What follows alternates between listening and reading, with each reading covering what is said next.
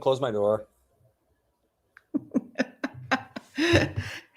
Hey everyone, How's it going? welcome to.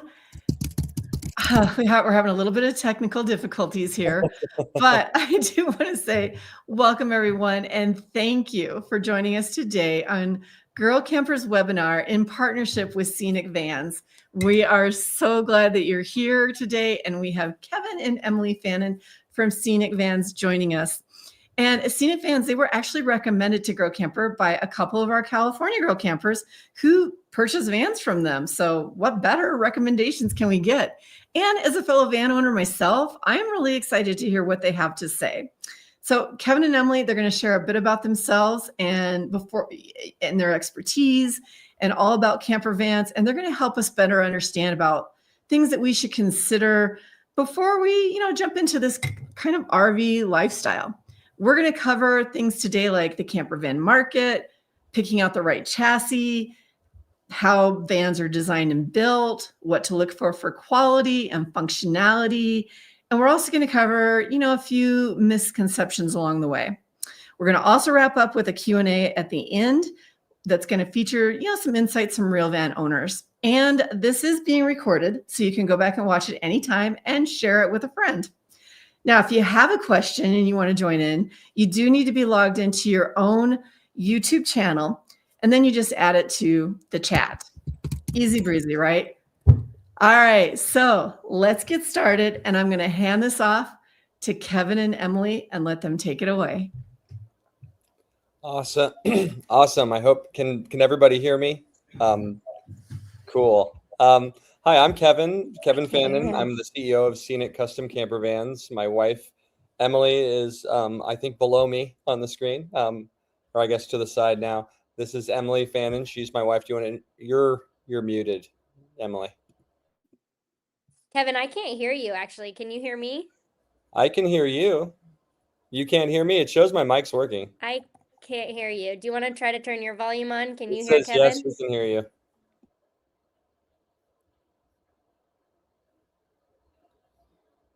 Okay, how about now? Everyone else says they can hear us both, so I think it's your problem. Emily, you are now muted. Kevin, you're good. Okay. It must be a full moon somewhere that we're having these kind of tech difficulties. In the water. It is so funny that this went so well when we did the practice session. We did the whole trial this morning, and everything worked fine. It was great. So, Emily, all right. So, unmute yourself, Emily. Yeah, I'll just unmute myself if I'm speaking. Perfect.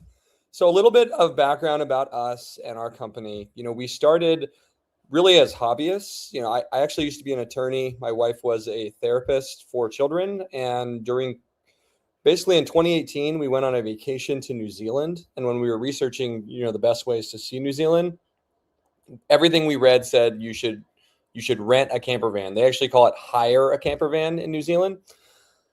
And, we knew nothing about RVs. It wasn't really a thing that we really wanted for ourselves, but everything we read just said this is the best way to see the South Island of New Zealand. And so we rented a camper van and we just had the most amazing time. I mean, you can get so close to really beautiful things in nature. You can, there's so much freedom that comes with having a van. If you don't like a place, you can leave. If you love a place, you can stay longer. This trip just became really magical for Emily and I. And, we went back to our normal lives after the trip. And, life moved on. And then, the pandemic happened. And I used to be a prosecutor. I used to work on white collar crime, and they basically closed all the courts in California. So I was being paid, but I didn't really have much to do. So, first I built a table, then I watched a lot of TV. But eventually I just felt like I needed a project. And we've been so obsessed with vans after this trip, watching YouTube videos, which I'm sure, many of you are in that boat in the audience here. I eventually said, Emily, I'm going to build my own van. And, Emily looked at me like, what are you doing? You're not going to build a van. And, we lived in a condo. And by the time I finally convinced her, she said, okay, we can do it, but we should buy one that's done and that's really good. And so I when she gave me the approval, we bought one like in like 4 days. I was like, got to take this approval seriously. And we ended up buying one from, some garage builders out in Colorado. And, for a year, every weekend we went out in the van, and it was just this amazing experience that, really gave us a lot of hope during COVID. And it was, really fun. And, COVID just lasted so long that eventually my wife and I just were fed up, and we decided to move into the van, and we sold our condo and we moved into the van, and we lived in the van for 10 months, and we did 43 states, 30 national parks. We saw the whole country. We traveled with our 2 dogs. It was an incredible, life-changing experience. And, we got pregnant along the way. We have 2 kids now. But we knew that the van life was going to end. And I was thinking of starting my own law firm. My wife was thinking about starting her own therapy practice. But to do that, we needed some money, some cash flow to do this. And so we thought, why don't we rent our van out? Maybe I can get a loan. I can buy a second van, and this will provide some sort of cash flow income to kind of sustain our savings. And we put these vans, the van that we bought and our own van, on the market, and they sold out for rental like immediately. And then, like, maybe there's something here, and 2 vans became 3, 3 became 4. Before we knew it, we actually had 8 vans at our house. Obviously my neighbors were not particularly happy about that. But one of the things that's important of telling our story is that we started this rental company, and, our background to start it was, we were really, really firm users of this product. We used it for a year as weekends. We used it full time. And so you would think we were experts at, evaluating whether a van is any good. And we bought 7 vans that sucked, basically. And so we had tons and tons of demand for rent, but all the vans were always falling apart, and we were constantly basically talking roadside assistance calls with customers. And it was taking all of our time, and we felt this weird dynamic where we had all this demand, but yet, the product just wasn't good enough. And so ultimately, it became very clear to us that if we want to meet this moment, this demand that we're bringing, we need to have a better product. So we decided to actually build the vans ourselves. And so we hired some consultants to teach us, some basic things, and using kind of our expertise from renting vans thus far and living in them, we started building our own rentals. And the feedback we got from customers was pretty consistent. They were renting a van to try it out. And then when they would return, they had the time of their life. And then they said, when do you sell your rentals? We would like to buy this rental when it's done. And, I just spent $100,000 on each of these cars. The answer is not anytime soon. But then the follow-up question to that was, how about if we pay you? Will you build me a replica of this rental? And so, at first we said no to these requests, but eventually we started saying yes. And 4 years later, we build roughly 50 a year. We have a staff of 28. We build a van, to rental grade. We still offer rentals. We think it's the best way for you to really experience the product. And we kind of let our product speak for itself when we rent them out. But our general experience from renting vans, we also remodel other people's vans. We sell complete vans. We've lived in vans. We just know a lot about this industry. And what we've kind of learned is that the future of the industry, and especially the RV market, compared to the custom van market, is to just cheapen the product to like an absurd low quality. And customers that are interested in doing this, they really don't have any idea about how to evaluate the quality of a camper van. They're really motivated entirely by how it looks, and not really by, how it functions, how it was designed, the materials that are used. And we see a lot of people, especially in our remodel division, essentially making a very, very bad financial decision. And oftentimes it's like the worst financial decision they've ever made in their life. And we have no interest, we started as hobbyists. We have no interest in, making money off of people's poor decisions. Like, we want people to get out there and have an amazing van. And, we get to be part of this retirement journey for a lot of people. And it's very exciting and fun. As a prosecutor, I used to meet people on the worst day of their life. And now I meet people before they're about to have this amazing experience in life. And so That's what drives us, is building a high quality van. I'm going to play a quick little intro about our company, a little intro video. Can we get that played? Awesome. Van life has grown in popularity as more people are working remotely. A Sacramento couple started Scenic van life rentals to fill a growing need in Northern California.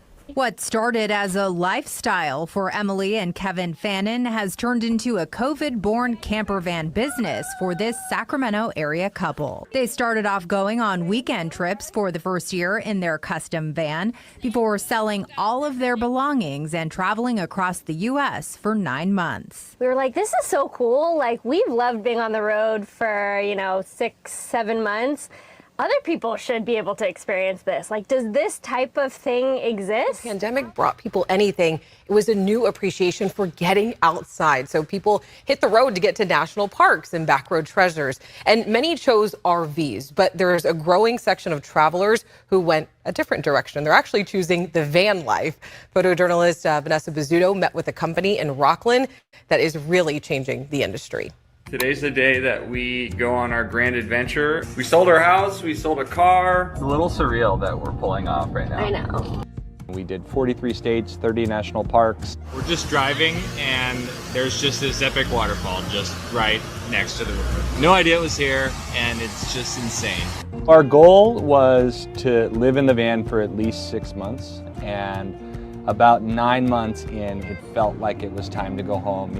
This was supposed to be a side hustle where we invited our great friend Elon Gitman to be a business partner. He was going to kind of run the business, and I was going to still be an attorney. We started, working out of Kevin's shed. But we quickly kind of saw how much potential this idea had, and so we just both invested everything we had into the idea. The idea just totally took off, and we had 2 vans, and they sold out almost instantly, and then we bought a third and a fourth and a fifth.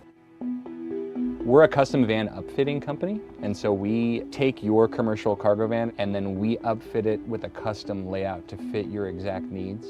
Because of our experience being on the road, we have kind of dual lenses in the business. We have a lot of insight on van life from the perspective of living in a van, and then we also have a lot of perspective from renting the van. The scale of what we're doing, I never in a million years thought we would do. I mean, I thought it was a good idea. We started in Kevin's shed, and we started renting a lot of vans. So this is where it all started.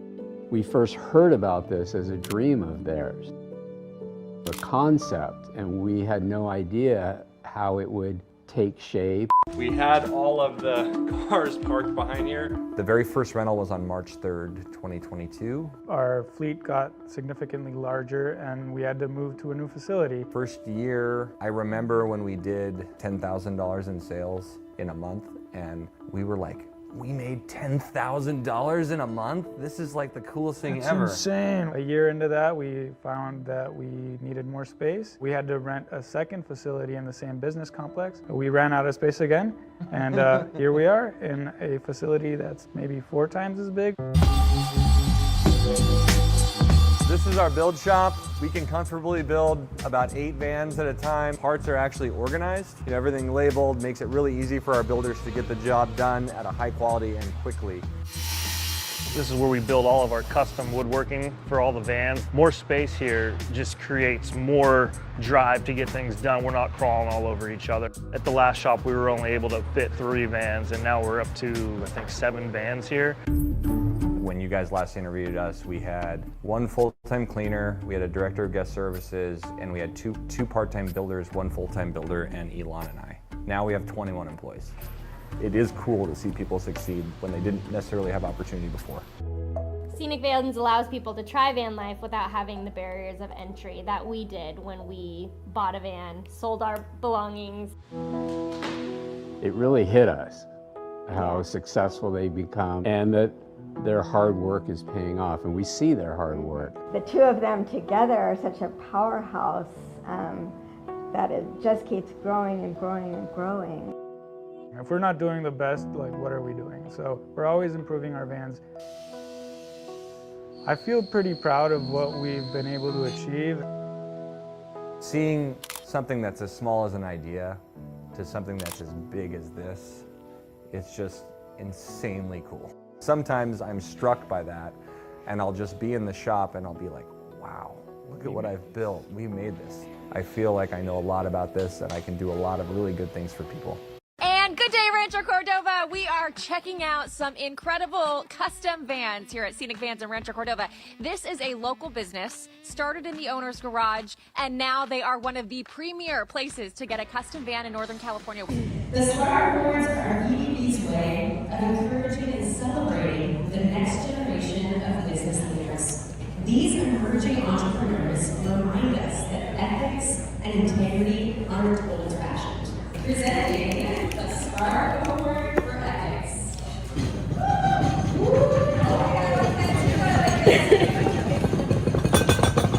Scenic Custom Campervan.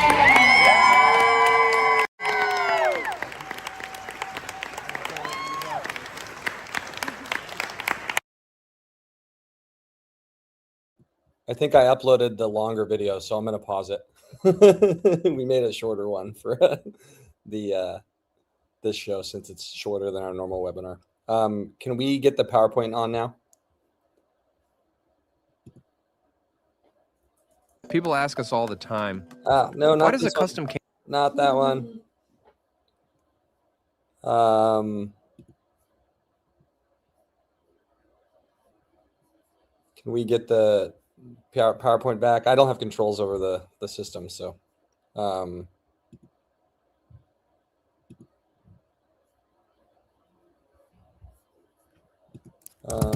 Well, hello, folks. Not sure what to do here.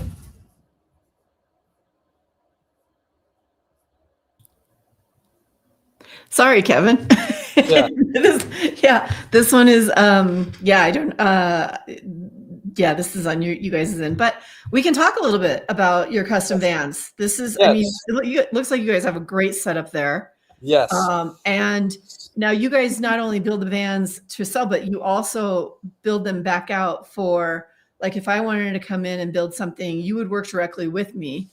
Correct. That's the main business, is we do custom orders on people's existing van. You don't have to have a van already, but we'll help you acquire one, and we get really good pricing. We have a lot of leverage because we buy us and our customers buy, roughly 50 of these a year. And so I can save you big money on the chassis. Like right now, especially, I can save you at least $10,000 on the car.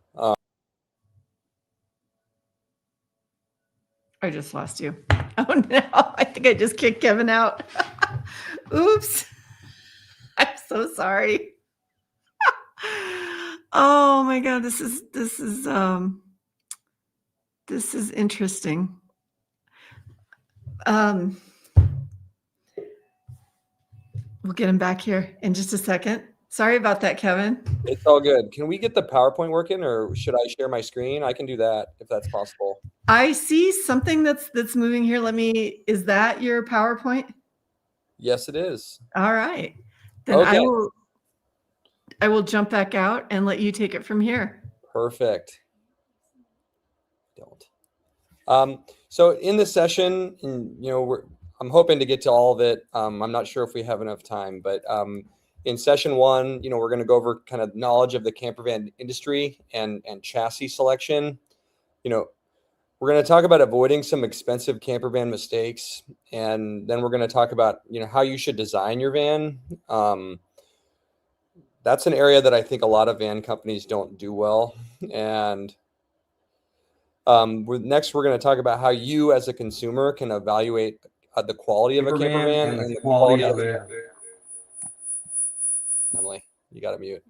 Quality of the builder itself. A lot of what goes into a van, there's some red flags, I think, that are important for people to evaluate. And then we'll probably skip over the misconceptions for now, and we'll talk about kind of what we do and why we think that's, a difference maker.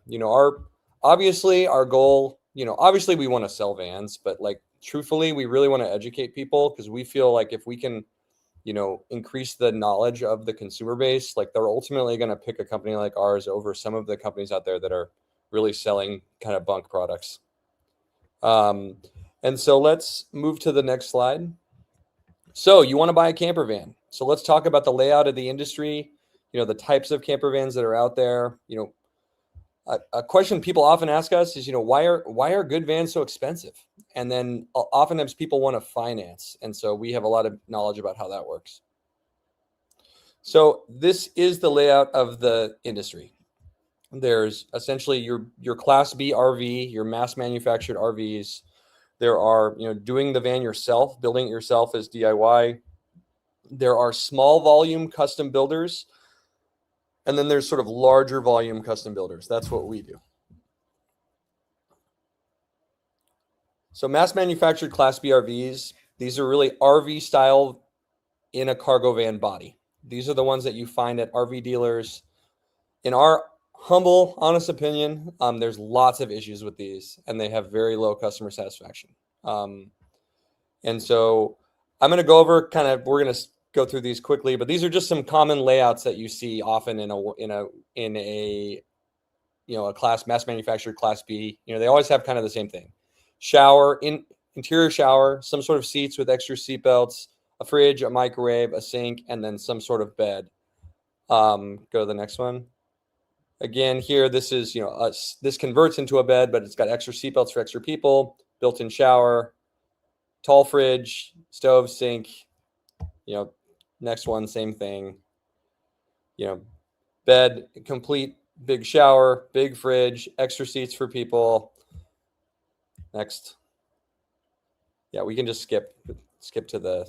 So, these individual things are not like necessarily bad. Like you want things like this for sure, but they're really designed for impulse purchases. The idea is it has everything that you think you need, not actually what you should do. It has extra seatbelts for more than two. It has a shower and a private bath. It has an AC and a heater, microwave, television. Really, the better question is this van comfortable to use with everything in here? And anyone that's ever toured one of these vans, you'll find that, they're very, very compact and not super comfortable to be in. Typically, the mass manufactured RV industry is really high pressure. So don't give these people your phone number. They will call you constantly. But basically, one of the things that they always are is they're always having the greatest sale of all time. First off, you have, this van's $100,000 off. That is not true. Like this Revel right here says it's $105,000 off. That is actually not even a good price for a Revel with that $100,000 discount. And so that's pretty common. The goal of the RV dealer is to get you to buy a van that day. And they really don't have super high knowledge of the product. The salespeople, at least. They often use really low quality materials.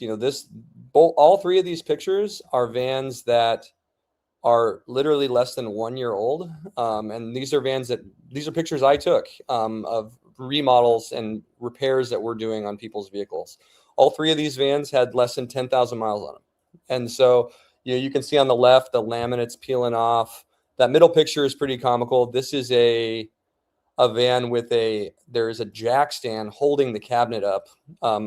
We took a door panel off so we could install a ladder on the back. There's no insulation in this van at all. And these are things that the RV dealer is not going to tell you. So why do people go this route? And the reason is it's easy. It's available today.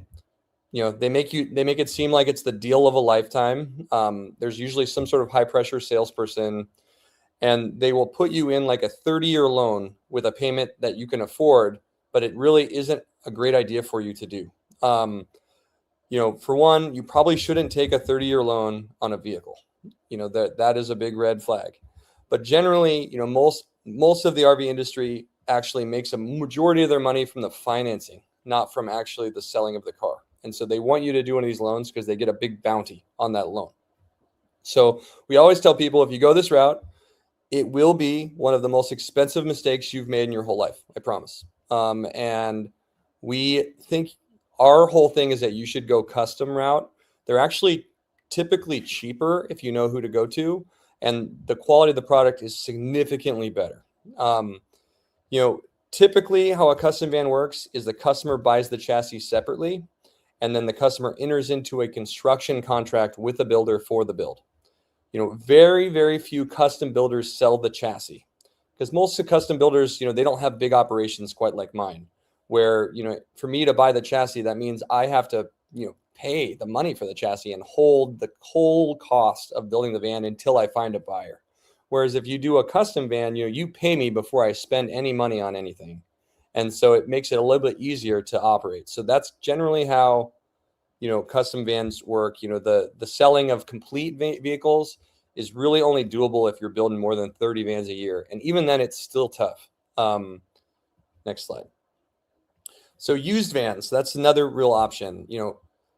We think that there's definitely good options for used vans out there, but we think that oftentimes customers make a mistake when they buy a used van because they really don't know how to evaluate the quality. They evaluate quality based on appearance, really, rather than the quality of how it's made and the materials used and, the thought that went into doing it. Most mass manufactured vans don't hold up. It's very much like those pictures that I just sent. Most DIY vans are made improperly and they're hard to repair. And so a lot of the used vans in like the 50 to 80,000 price range, those vans are mostly these mass manufactured DIY vans. And, we have a remodel division. People bring these vans into us. I've probably seen 500 vans the last 2 years. I would say I've maybe seen 5 that were good, maybe. And so, we're not seeing every van that's ever purchased. These are people that are coming in to get repairs done. But I do just generally think it's a pretty risky route to go to spend that kind of money. And I would say most customers that go this route do regret it. The do-it-yourself. I want to be totally honest with you. I think most people could probably do a van themselves. Whether you want to is like, a totally different thing. Whether it will be of the quality you were seeking, probably not. But I would say our experience generally is it's much harder than the clients believe it will be. We do typically finish people's DIY vans. People will start and then get really frustrated, and then they pay us to finish it. Usually takes about 1 to 2 years to do the project, and oftentimes customers never finish, and they just use an unfinished van. And the things that are hard for people are really the electrical, the fit and finish, and really there's a lot of dependencies and design challenges that come up that you just wouldn't expect when you're building something. Even experienced carpenters and contractors that we hire, I have to do 3 months of training before they're any good at doing this. And so it's challenging to do this, even if you're experienced at general contracting.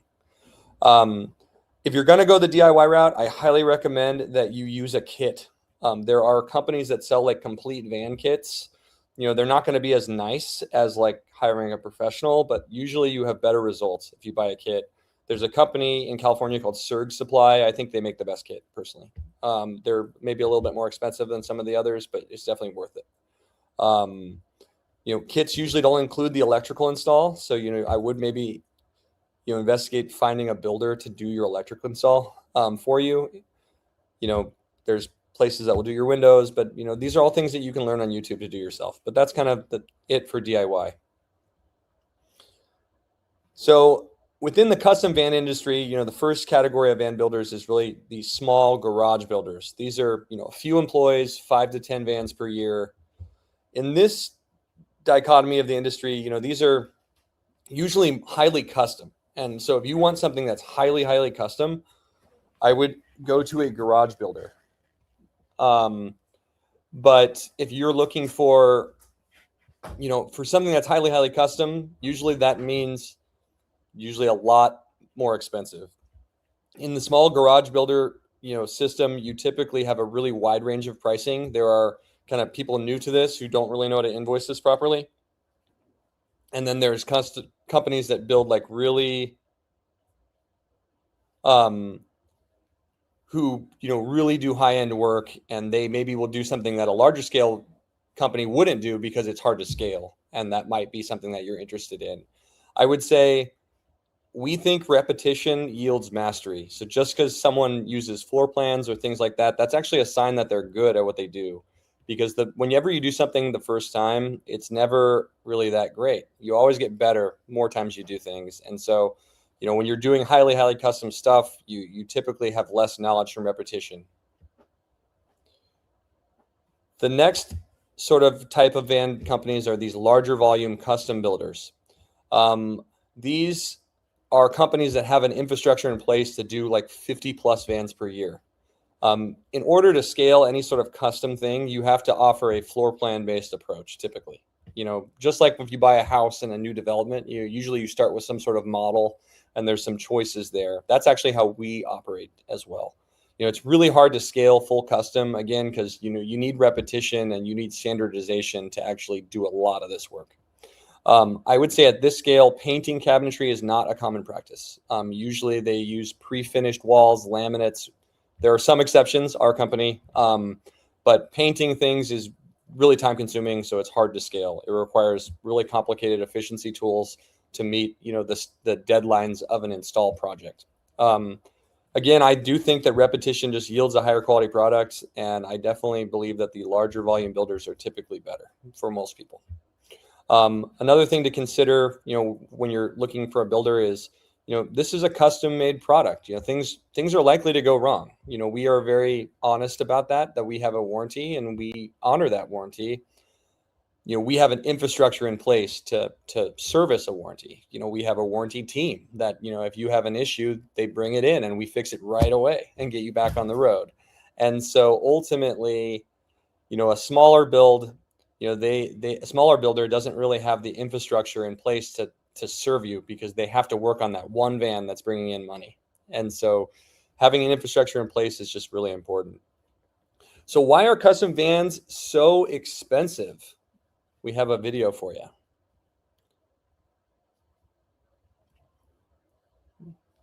Do I have to load the video or is it already loaded? I can upload it again. He has to load it. Seriously. People ask us all the time, why does a custom camper van cost so much? At first glance, it's a van, 4 wheels, an engine, some wood inside. How expensive could that really be? But what you're actually looking at is hundreds of design decisions, thousands of individual parts, and an enormous amount of skilled labor, compressed into a space smaller than most bathrooms. Today, we're going to walk through the entire custom van build process, step by step, from an empty metal shell to a fully finished off-grid home on wheels. And by the end, you'll understand exactly where the money goes, and why, if you ever see a van at a shockingly low price point, it almost always means critical steps were skipped. Every custom van starts long before tools ever touch the vehicle. It starts with design. We're not just deciding where the bed goes. We're designing how weight is distributed, how systems will be serviced years later, how people will move through the space without constantly bumping into things. Every layout affects electrical routing, plumbing paths, structural mounting points, safety and crash considerations. And because every client is different, this process includes revisions, sometimes lots of them. This is skilled labor, done by people who understand how vans actually behave on the road, not just what looks good on paper. Design mistakes here don't just look bad. They create problems that compound throughout the entire build. Next comes electrical design, one of the most complex and misunderstood parts of a van build. This isn't just running a few wires, this is engineering a mobile power system. We have to calculate how much energy the client actually uses, how it's generated, how it's stored, how it's safely distributed. We're designing for batteries, solar, alternator charging, shore power, inverters, heating, air conditioning, induction cooking, and all of it must be safe, redundant, and serviceable. Electrical mistakes aren't cosmetic. They're dangerous. That's why this stage requires high-skill labor, real planning, and premium components specifically designed for mobile environments. 3. Designing fabricated parts. Next, we design every fabricated component. None of this is off the shelf. Every cabinet, door, wall panel, and structural piece is custom designed to fit a space where nothing is square, level, or symmetrical. These parts must withstand vibration, stay quiet over time, open and close thousands of times, allow access to systems behind them. This stage includes CAD work, prototyping, test fitting, and refinement. It's slow by necessity because getting it wrong means rebuilding it later. 4. Procuring parts and materials. Now we order parts, and this is where many people are shocked. Custom vans use marine grade and RV grade components, not residential ones. Why? Because houses don't bounce down highways at 70 miles an hour. These parts cost more, and once they're ordered, they usually can't be returned. Builders also carry inventory, meaning they're paying for parts long before a van is finished or delivered. This is a real cost that doesn't show up on Instagram. 5. Fabrication. Subfloor, walls, ceiling, cabinetry. Now the real building begins. Every piece of cabinetry is cut, edged, sanded, sealed, and dry fit. Every wall and ceiling panel is templated and adjusted because vans are not square, and they never will be. This stage alone can take dozens and dozens of labor hours. 6. Painting and finishing. Paint isn't just cosmetic. In a van, paint is protection. Every surface must be properly prepped, primed, painted, and cured. That time is built into the cost. Rushing this stage leads to chipping, peeling, moisture damage. 7. The rough-in process. Before walls are closed, everything goes in: electrical, plumbing, HVAC, structural mounting. This is the stage no one sees once the van is finished, but it's one of the most important. Everything must be tested here, because once panels go up, accessing these systems becomes extremely difficult. 8. The living stage. Now the van starts to look finished. Cabinetry is installed, appliances are mounted, systems come together. This stage requires coordination between multiple trades, often solving problems in real time. Nothing is plug and play. A custom campervan is part mobile home, part engineered vehicle, and part handcrafted build, all compressed into a very small space.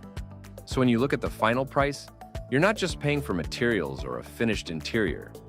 You're paying for the expertise required to make hundreds of informed decisions. Decisions that ensure the final product is safe and built to withstand years of real-world use. That's what goes into a well-built campervan, and that's why it's worth it.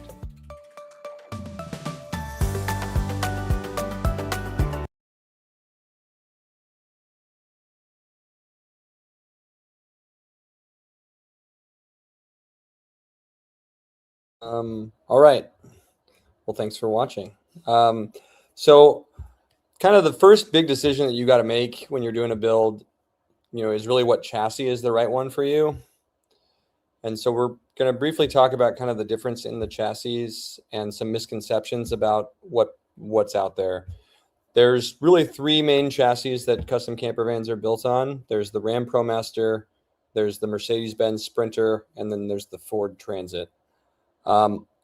Just right off the gate, I would say the Sprinter is by far our favorite.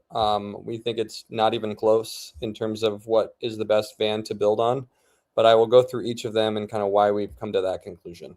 A Ram ProMaster, I actually lived in a Ram ProMaster with my wife. We have a lot of experience. We had a wonderful time. That's what started this whole thing. But would I recommend my customers buy one? Definitely not. We do build them occasionally, but I will say when we build them, it's usually fixing someone else's DIY project and not from the very beginning.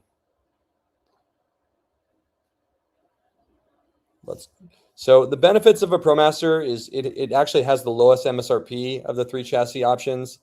That MSRP is a lot different than it was when we bought our van. Back in 2020, the MSRP was like 20,000 less than the Sprinter. Now it's like 6. And so it's not as big of a difference as it used to be, but it actually has the widest interior and it has straight walls. It's boxier, so it's a little bit easier for DIY people to build, and it feels bigger because the walls are not curved. They're straight. You can also get away with not doing flares or capsules if you want to sleep in an east-west orientation. And if you're really tall, they have a super high roof version that we can make a 6'10" interior clearance. If you're really tall, that's a good option for you. We haven't built any MBA vans yet, and so maybe one day. But if we get one of those people, it will be in a super high roof. Front wheel drive, A lot of people think that's a negative. It does turn pretty tightly, and there's no drivetrain block. But I would say the all-wheel is typically better, and that isn't an option in the ProMaster. So the downsides is really no all-wheel drive option. It has really low clearance. The transmission in the Ram just really sucks. We've heard that the transmission in the newest version is maybe a little bit better, but time will tell. Generally, your transmission will fail between 70 and 100K miles.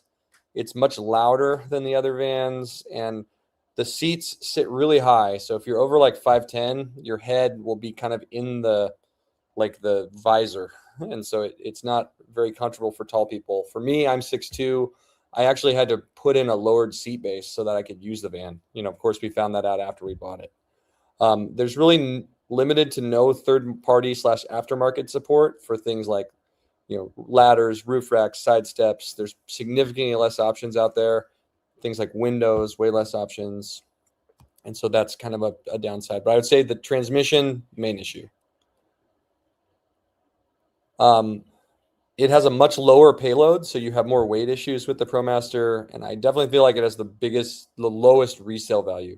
When you're building a van, you're spending this kind of money, we recommend that you really think about resale value, because if it's done right and if it's done thoughtfully, the van will sell for quite a lot when you're done using it. We call these experiential vehicles.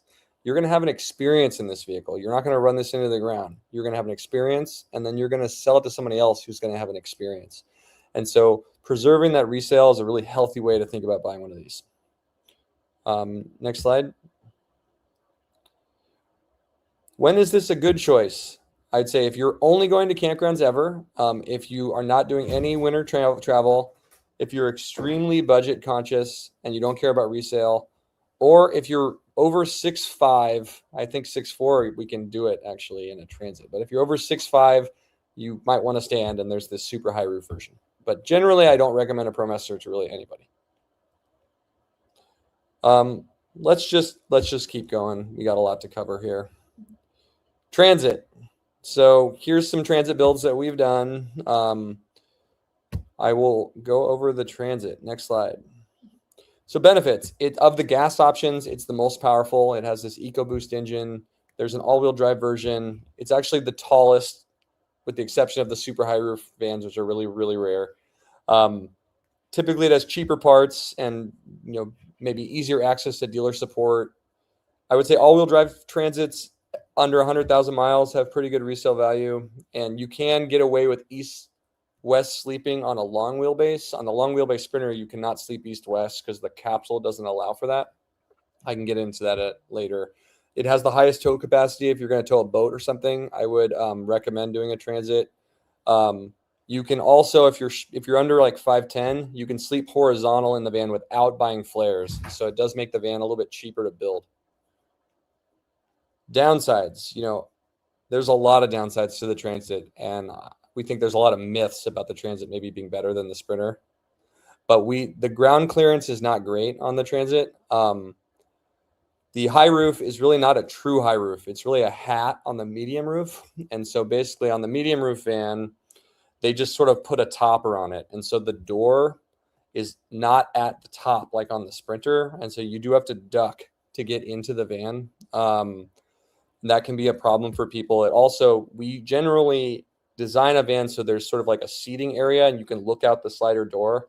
And on the Transit, there's sort of like a big space that affects your view. Transits, the front driver and passenger seat, the seats sit pretty low. And so utilizing those passenger seats in the swivel position and having like your cabinetry work as a table doesn't work nearly as well as in the Sprinter or the ProMaster. From a builder side, if you're on this, you're probably thinking about paying somebody to do this. This stuff doesn't really matter to you, but for builders, they're just really inconsistently made. It's really hard for us to make templates of things because the vans show up in different configurations all the time. And there's very, very little cargo van manufacturing knowledge from the salespeople at Ford. Like Ford is really not in the conversion business.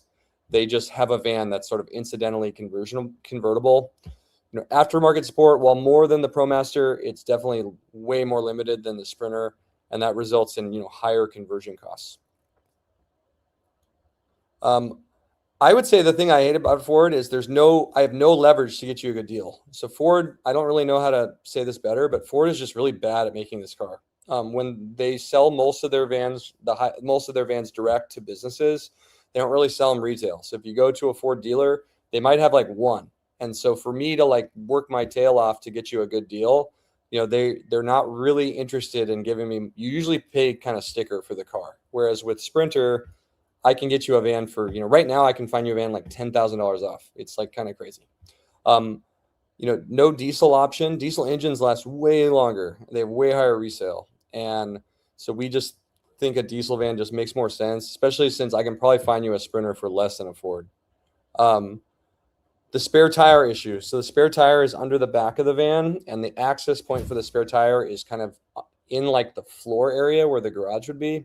And so your builder, most builders don't build on transit very often, so usually they're not aware of this. And so you have to build an access point for the spare tire, and it's kind of in the way of your storage. And so that it's just designed really strangely. Like, the Ford fuel tap for the heater is on the top of the tank. So we have to like literally take your gas tank off to install it. Whereas on the Sprinter, it's on the side.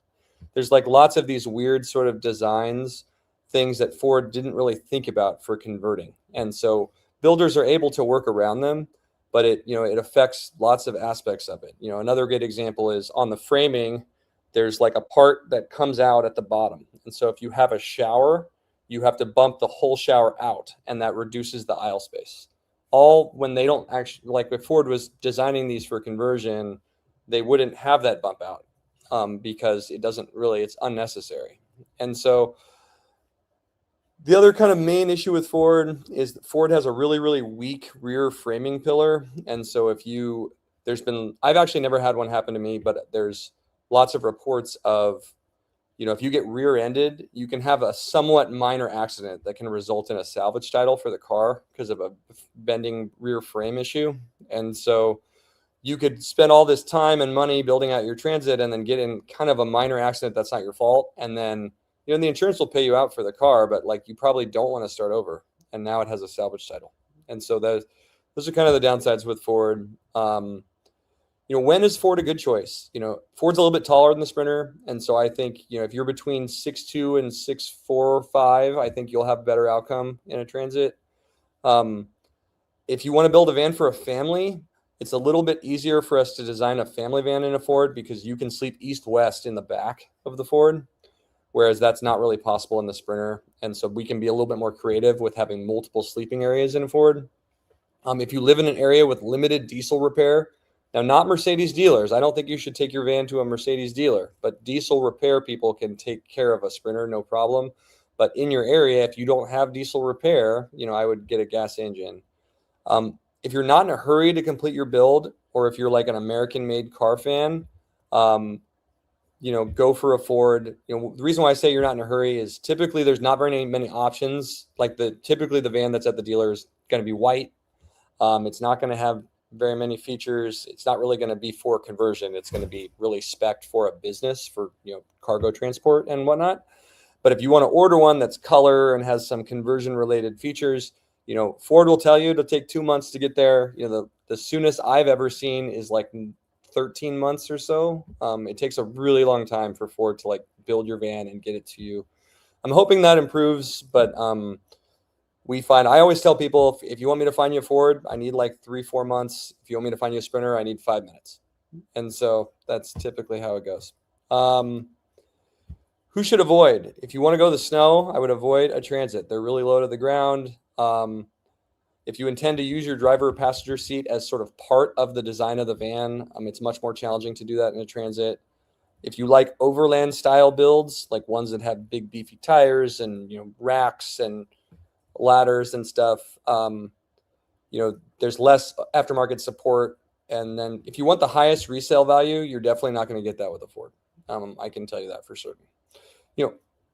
We make a killer Ford van. Ultimately, we feel it's our responsibility to educate. And then if ultimately after everything we said and you just feel more comfortable buying a Ford, that's fine. I see someone in the comments said they're very happy with their Transit.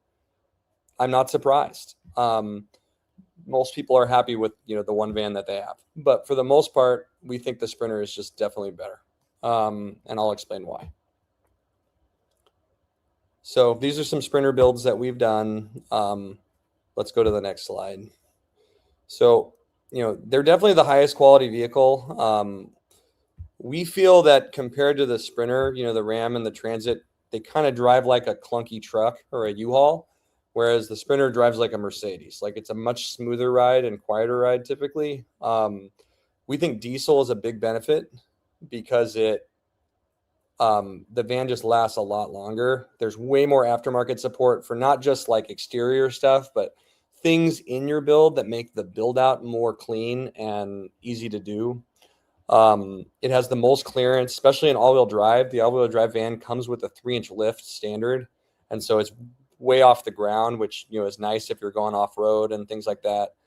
All-wheel drive is easy to find. I have loads of leverage. We have a lot of dealers that we work with.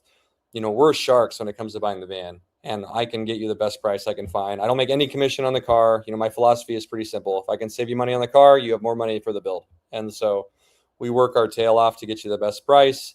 It's very disappointing when I, do all that work with Ford and, hey, I saved you $1,500. It's like not that exciting. I would say the sales and service knowledge is extremely high at Mercedes. Like, if you go to a Mercedes dealer, there's a Sprinter sales department that all they do is sell Sprinter. There's Sprinter service. All they do is service Sprinter.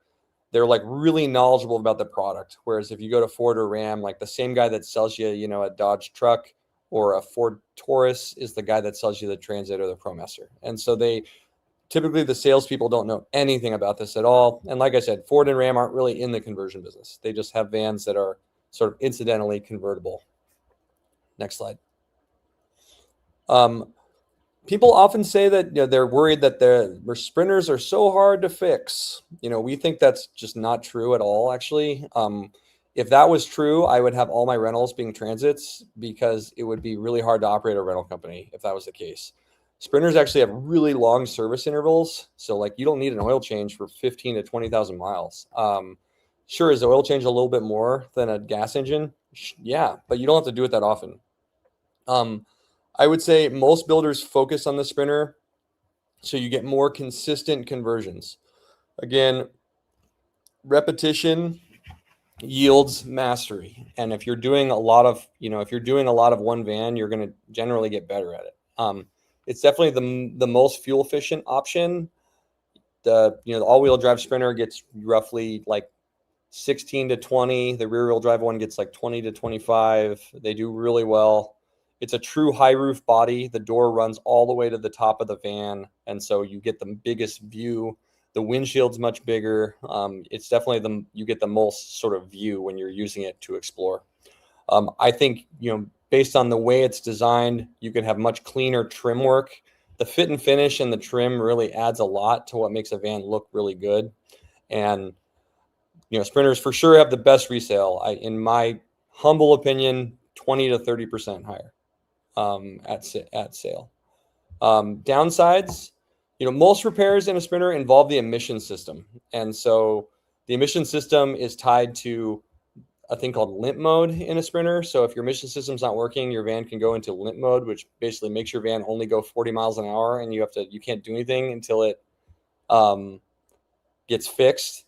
Limp mode, there's kind of two perspectives on limp mode. One, it's like, oh, this is so annoying. But two is like your car is like forcing you to get this fixed so you don't damage things later. And so I do think there's different ways to look at limp mode, but service can be more expensive, but it's definitely less frequent. And so I feel that, overall that it doesn't, if you ask anyone that owns a Sprinter and they ask you about what maintenance they have, usually the answer is, what maintenance.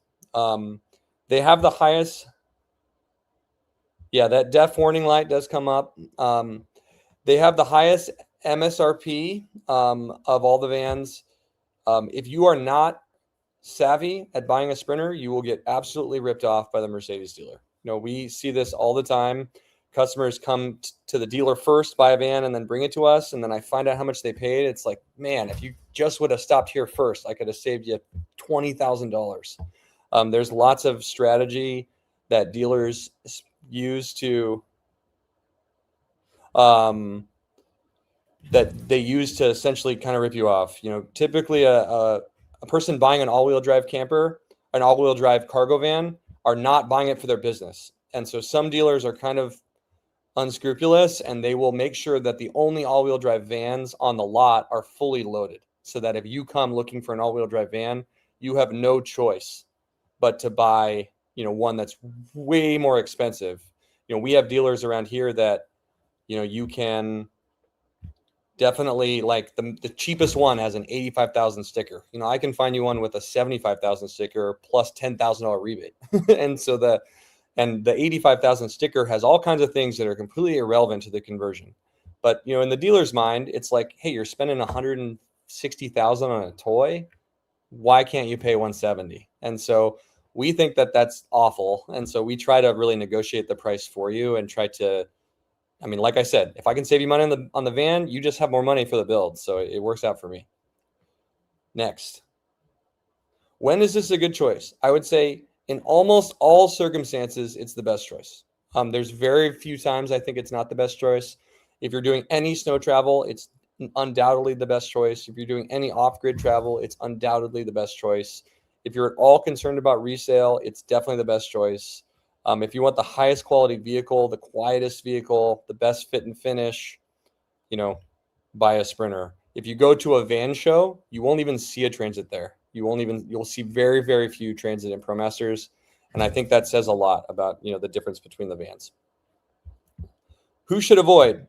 If you are, I should change this because we found a way to make it work for someone that's 6'4". But if you're over 6'4", you know, I think it's probably, even though I think the Sprinter is much better than the Transit or the super high ProMaster, being able to stand in your van is just really nice. And so it would be probably worth it to buy a worse car. That being said, if you're like 6'5", you know, the world is not made for you anyway. You're probably used to crouching and ducking anyway, so you still might want to buy a Sprinter.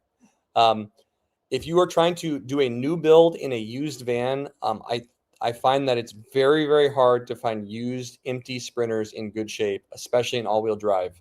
In fact, if you come to us and you want us to do a used all-wheel drive Sprinter, I pretty much can't really help you because usually there's maybe 100 for sale in the whole country, and you have to be willing to like buy it sight unseen, wire money to a stranger, hope for the best.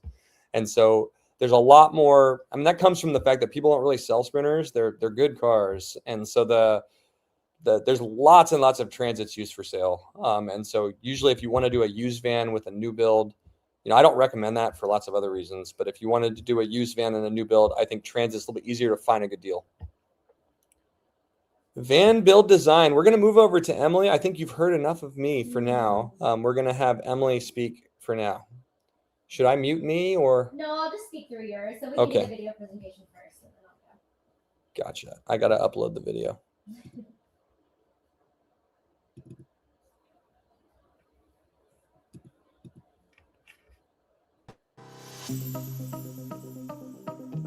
When people start thinking about a camper van build, the conversation almost always starts the same way. Solar size, showers, beds, battery brands, microwaves, extra seats for the grandkids, air conditioning, heated floors, suspension upgrades, interior bike storage, security cameras, beefy tires. Features are easy to talk about, but features alone don't make a van livable. And when combined without context, they often introduce compromises people don't fully understand. That's why the biggest mistakes we see happen when people design a van around a checklist, instead of designing it around how they'll actually use the van. A great van starts with function. Once you understand the function you're trying to achieve, the right features become obvious, and they work together instead of against each other. To design a camper van properly, you have to understand how it will actually be used. That starts with a few fundamental questions. How often are you planning to use the van? An occasional weekend van can tolerate compromises that a frequently used van simply can't. When you travel, how long are you staying in the van for each trip? A van designed for 2 nights at a time feels very different than one used for weeks or months.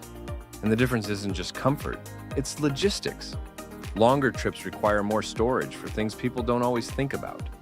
Food staples, dirty clothes, dog food, gear and clothing for multiple seasons. All of these needs scale based on how long you're using the van continuously. A layout that works perfectly for weekend trips can feel cramped or completely overwhelmed on extended travel. What hobbies are you using the van to support? Bikes, skis, art, sightseeing, fishing, photography, dogs. Your interests should shape the design, not compete with it. If you're traveling with a partner, a few additional questions matter a lot. Do you wake up or fall asleep at different times?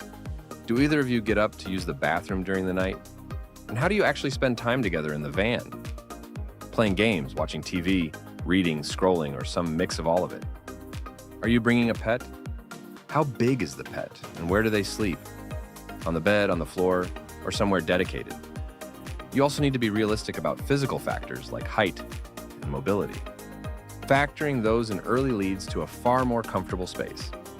The answers to these questions, anything that clarifies the primary function, will reveal the right features.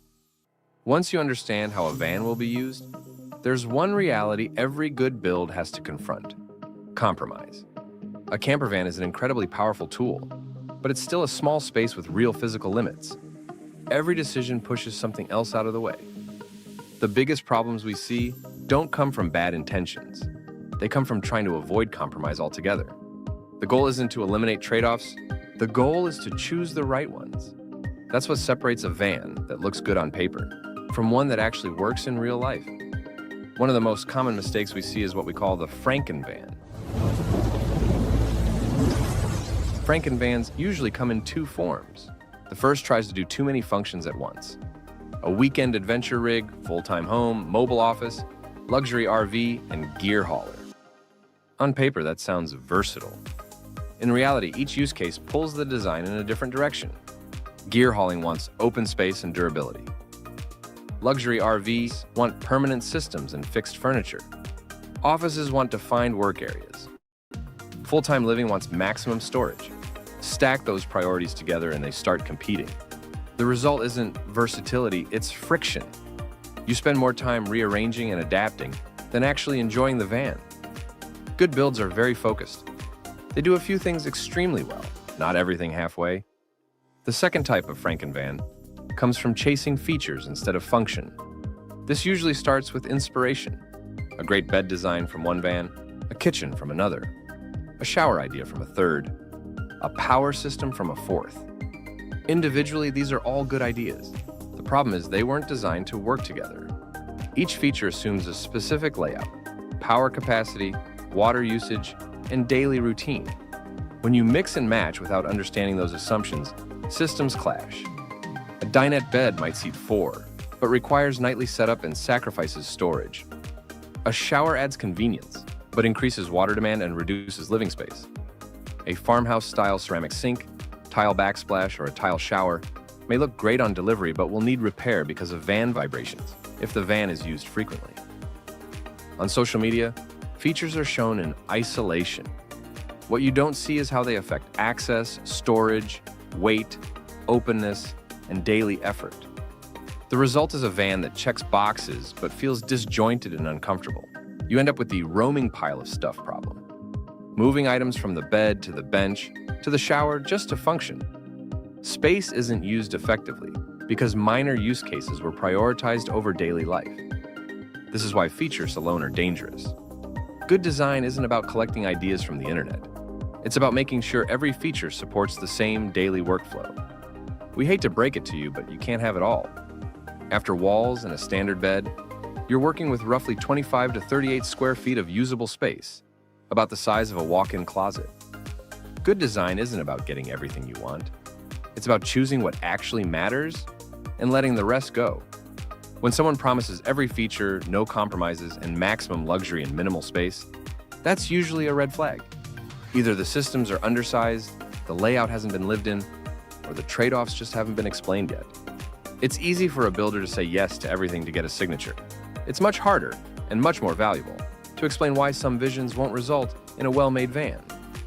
The best builders are honest about limits, transparent about trade-offs, and intentional about priorities.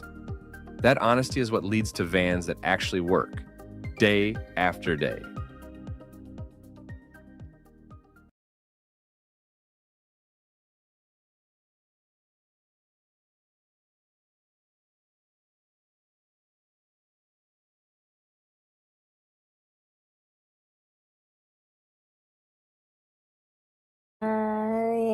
Okay, I'm speaking through Kevin's now.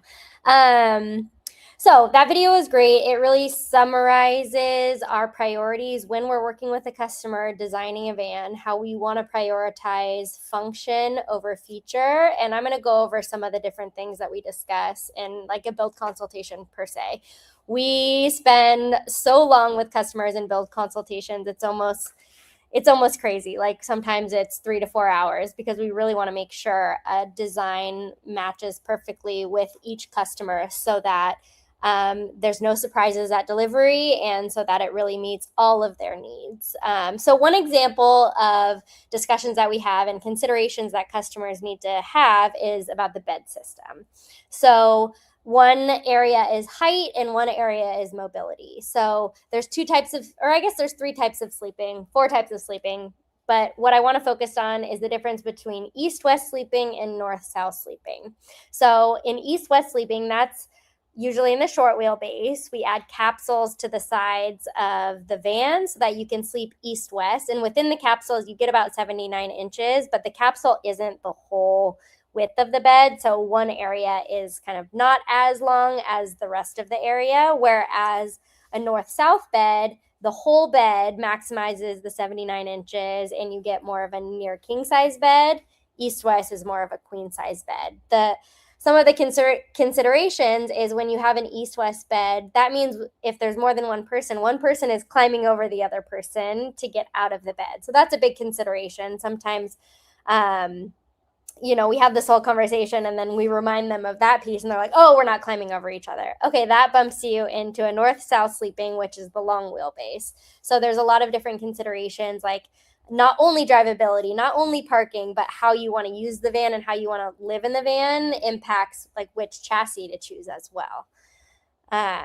So some specifics as far as like the bed issue is some people think that when you want to have more mobility or some variability in the bed, they go short wheelbase. But that's actually a misconception. So in the short wheelbase, in order to have a comfortable bed, you have to do the pop outs on the side to sleep east-west. Because if you sleep north-south in a short wheelbase, basically your bed takes up the whole van. I mean, you have such a limited amount of space and the bed would go to like the B pillar or the C pillar, which leaves like no room for the living space. And some builders will do that, but we just don't find that that is a very comfortable design at all.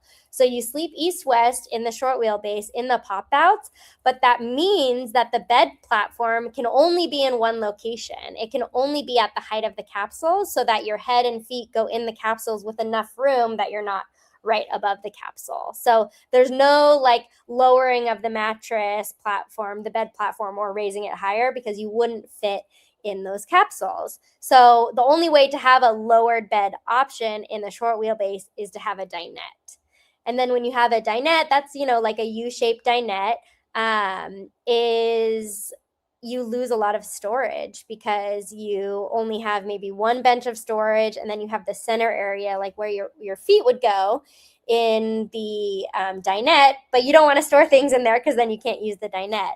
Another downfall of the dinette is you have to make your bed every day, which is not ideal if mobility is a concern or if just that's kind of like an annoyance, which some people are like, I'm not making my bed every day, and that's a deal breaker. Honestly, our dinette conversions are very popular in the rentals. So people like the idea of having that modularity when they're going on a short weekend trip. We can have the dinette to play cards and then we convert it to sleeping.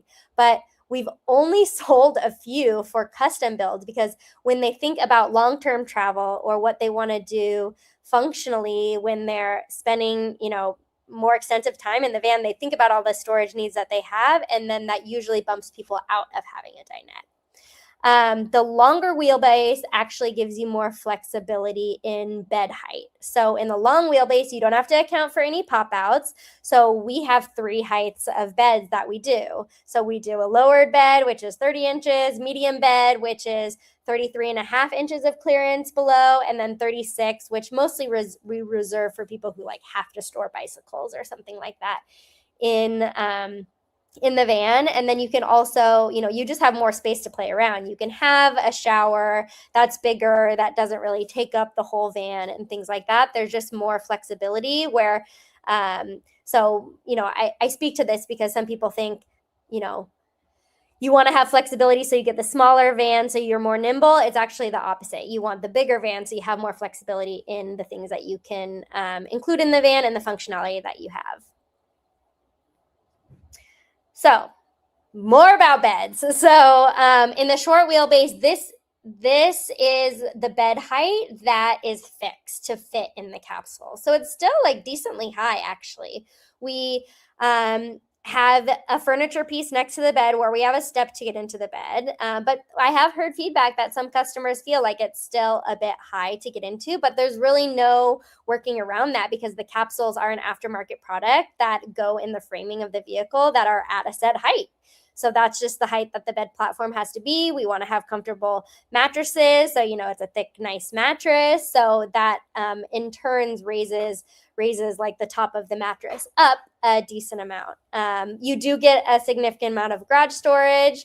You don't have to make your bed every day. So of course there's pros and cons to everything in a van. The sacrifice to have a low bed in a short wheelbase would be the dinette. And then it has the downfalls like I spoke about with storage and then making your bed. But hey, that may be right for some people. It's our job to just like give all the information and let the customer make that decision. As far as the long wheelbase, because you're not going into the capsule, you have some modularity in your height. So this on the left, the photo is the 30-inch clearance. That's our lowered bed option. The medium option, the standard option is the center one. And then the high bed is like we said, we only really recommend that for bikes because some people have like $10,000 mountain bikes or something like that there's no way they're storing outside. But for most people, we just recommend getting a bike rack. There's some really cool bike racks that you can like swing out so you don't have to take your bikes off every time. We really have a heart-to-heart about how important it is to store those things inside. A lot of people now have like folding e-bikes that can fit in the garage. There's lots of options out there because we do feel like having the lower, the standard bed height is just more comfortable once you're in the van. Similarly, with the short wheelbase, an option to have an even lowered bed is the dinette, but there's a lot of sacrifices that come with that. You have to undermount your water tank so that you can have some storage in the bench. But when you undermount your water tank, it is mounted where the spare tire is housed. So in order to get that additional space on the inside, you undermount your water tank where your spare tire is. Then you have to house your spare tire on a rear tire carrier on the back door, which honestly looks cool. It's easy to access if you need to access a spare tire, but it's just a bit expensive. Any of those exterior mounted items like exterior boxes, they're just expensive products and they kind of take a bit to install. So it's just kind of a price consideration. But it is a good way to get a little bit more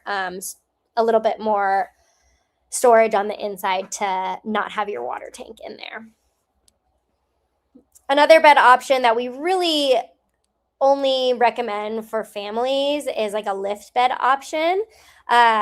So in the lift bed, usually the bottom is a dinette that can convert into a bed. And then the top bed comes down on a lift, like an automatic lift, which is honestly, it's a really cool product. Like we bring this to shows sometimes, people love it.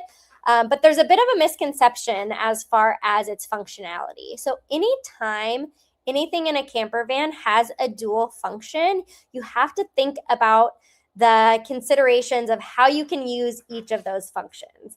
So if you're wanting a lift bed so that, let's say you have storage under that. So if you have the bed up, you can have that storage space. So you have unlimited storage space, so, almost roof to ceiling storage space. But then in order to use the bed, you have to move all those items that you stored to be able to lower the bed. So now you're moving all those items maybe to a different portion of the van, lowering the bed. So now that other portion of the van is nearly unusable. You can lower the bed. So yes, you have that function, but now you don't have function of the rest of your van. So usually there's ways to get storage needs met without needing to basically cut your van use by 50% when you're using one other feature. So that's what oftentimes we hear. I want to have a lift bed so I can store things. Okay, well, where are you going to put that stored item when you're actually sleeping? Oh yeah, I guess I would have to leave it outside, and I don't really want to do that. If you're doing that anyways, maybe just have bike racks in the first place or things like that. There's usually ways to get around that we want to engage in those really thoughtful conversations so that we're meeting all of the needs and reducing the roaming pile of stuff like the video talked about. I mean, there's going to be some aspect of that. You're living in such a small or utilizing such a small space, but the most that we can be thoughtful about that, the better. So another consideration as far as mobility and use is the difference between rear-wheel drive and all-wheel drive. I mean, we can talk at length about these.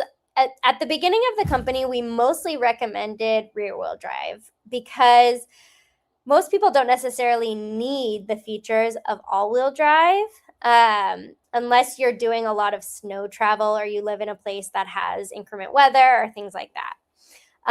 Some of the differences between rear-wheel drive and all-wheel drive as seen in this photo, rear-wheel drive is a little bit lower to the ground and all-wheel drive has about a 3-inch lift. So there's side steps that can work around this so that it's not a mobility issue as far as getting in and out of the van. At this point, we're able to get our customers such significant discounts on the all-wheel drive van that because it has such high resale value compared to rear-wheel drive, it's usually worth it for customers to go all-wheel drive because they gain so much at resale. I mean, at the beginning of our company, we were mostly just buying rear-wheel drive vans, and then when we would sell them, there would be a list of questions that each customer would ask, is it all-wheel drive? Is it all-wheel drive? Is it all-wheel drive? Not because they actually need it, but because buyers think that they need it. So that, the perception drives the sale. So we were finding it was a lot harder to resell rear-wheel drive. So because of the amount that you gain, usually the more that you pay at the beginning, you make back significantly at resale for the all-wheel drive. And then you just have the security of, if there's ever weather that you're not expecting. I mean, you have a whole house with you. You can just stay put and make a cocktail or a hot chocolate and a hot meal and hang out. You probably don't want to drive this van rear-wheel drive or all-wheel drive through a blizzard. But you could drive through some more weather with all-wheel drive. So some other bed systems that we often hear about, but that we don't build. So one example is slat beds. So slat beds, as you can see in this photo, it's like interlocking pieces of wood that is modular that it pulls out. So it has pretty significantly low durability because these planks have to be movable, so they can't be as secure as a platform bed. And they're supported by just kind of these smaller legs that just aren't meant for the long-term use that customers want to use their vans.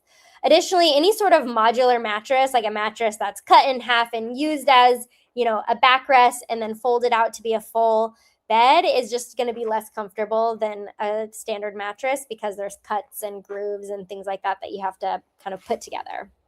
Additionally, noise. So noise is one thing that we take very seriously in our van builds. We've taken a lot of, and we'll talk about it a little later, but a lot of consideration in reducing noise in our builds. In a system like this, it would be impossible to eliminate noise because there's so much wood on wood and movable pieces that are knocking together that you can't take the consideration needed to reduce noise. They often have lower customer satisfaction.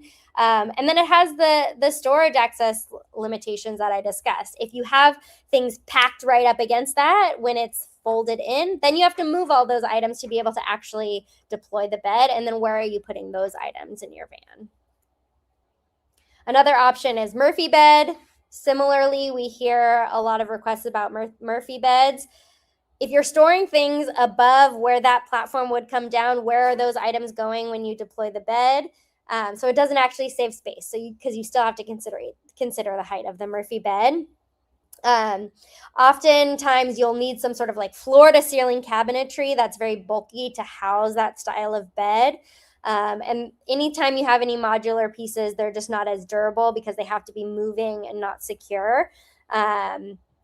And then the same issue with noise and modularity in the mattress. Let's talk about showers. Okay, A lot of times customers will come in and say, I need, they'll go off the checklist, kind of like the video discussed. I need a shower, I need this, I need this, I need this. And then we talk about all those things and talk about the space considerations. And sometimes customers end up dropping the shower. Not all. There's often a lot of customers. We probably do like about 50% of our vans have showers in it. One consideration is the short wheelbase with a shower. So it is doable to have a shower in a short wheelbase, but it comes with a decent amount of sacrifice. Specifically in openness, storage, and comfortability. So it can be okay for solo travelers, and even sometimes couples will choose to have that option, but it can be more challenging because when you're fitting a bed, a kitchen area, a shower, and a seating area, there's just not that much space. You only have, 22 square feet? 22 square feet after the bed. 22 square feet after the bed in a short wheelbase. That's not that much space. And our, most showers, like the smallest shower is about 24 by 27 inches. So you're already taking up, a third of that workable space with a shower. And hey, for some customers, that's the right choice. But we just want to be super clear about that. In long wheelbase, you have significantly more space. It's much easier to accommodate a shower, and then you can have modularity in the size of the shower too. So you can have the biggest shower or the medium shower, whereas the small wheelbase, it's more, more likely to have just a small shower.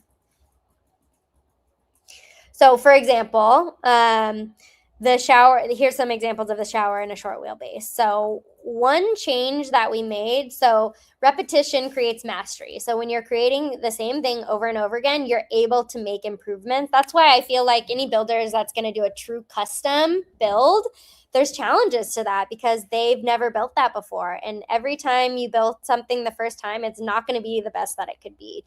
That's just human nature.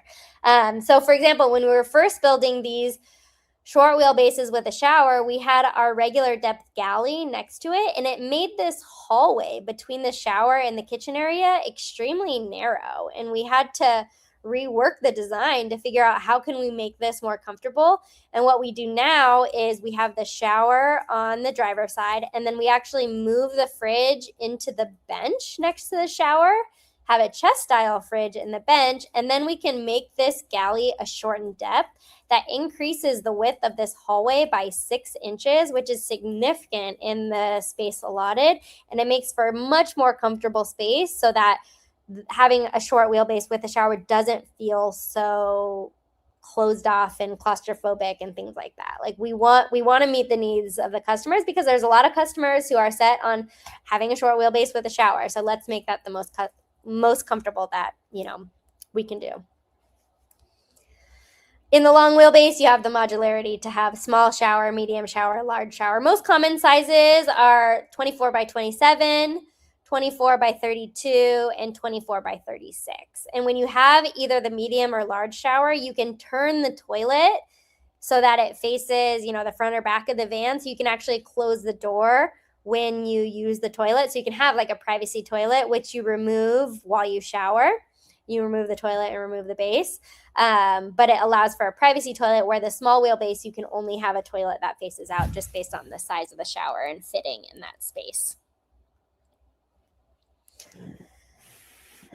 So like we said, not that many square foot in the short wheelbase living space. Most beds are east-west, so head and feet near the side walls. They can be about 76 by 79 inches deep and 60 to 61.25 wide, and that's a fixed bed height in the short wheelbase. Shower and storage options are limited, but pros are they're more stealthy. They fit better in parking spots. Some customers say that they're easier to park and drive. They both fit in regular parking spots. And I can't tell you the amount of times I go on a test drive with a customer who is like really nervous about a long wheelbase. And they say, oh, they drive so similar, actually. I'm fine with this. So really our experience is that they drive pretty similar. But hey, if you're parallel parking in the city, that's going to be easier in the short wheelbase, but you probably don't want to do that when you're spending this kind of money in any of those, in either of the lengths of vans. Long wheelbase. more square footage. You have about 33 square feet in the living space after the bed. The bed is north-south, so that's no climbing over each other. You have the full length and width of the bed because no capsules. So about 76 to 79 and 60 to 68 wide, like closer to a near king size bed. And then you can change that height platform because you're not considering the capsules.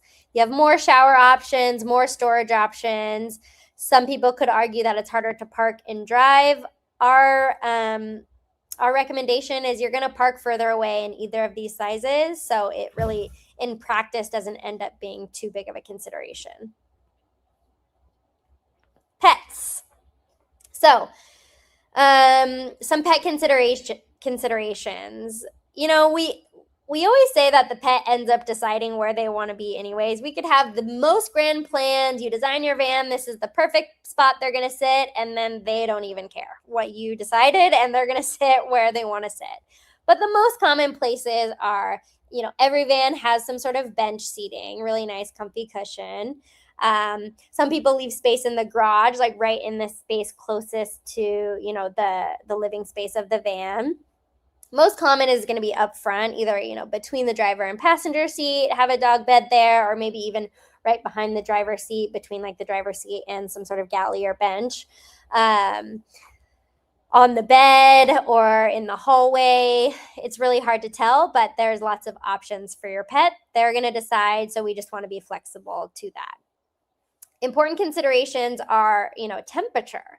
So ventilation is really important. So we, and any van builder that you choose, should fully insulate the van. We do sound deadener and thermal and acoustic insulation. So that's really important to maintain the temperature within the van. Additionally, having some sort of whole house fan, we use Max Air fan that creates, you know, sucks the air. So you open a window or multiple windows and creates a really nice cross breeze. Most of the time that is going to be enough for temperature regulation because you're usually not in the most extreme of temperatures when you're traveling in your van. Another option is an air conditioner. Most people with pets usually choose to add an air conditioner because it's great at maintaining the temperature and for that peace of mind while you leave the van. There's cool aftermarket products that you can, you know, check the temperature when you're not in the van, what the temperature in the van is. So, you know, that usually meets customers' needs in that sense. As far as, you know, it's a small space. So you want to consider, like, how much shedding does your dog have? And how much, you know, is the dog sleeping in your bed? How big of a bed do you want? I mean, one of the things when we lived in a van is just like the cleaning of the dog feet is like a thing that you're going to do all the time because it's such a small space. You don't want their feet to be dirty when they come in the van. So finding a solution for that, these little things that, you know, make it really comfortable to travel with the dog. But I do have to say, like, traveling the country with our two dogs, we were just talking about how, you know, special that was. So it's definitely something that, you know, we want to encourage if that is in your life. Evaluating camper van quality. Do you want to go over this one or? Sure. Okay. Switcheroo.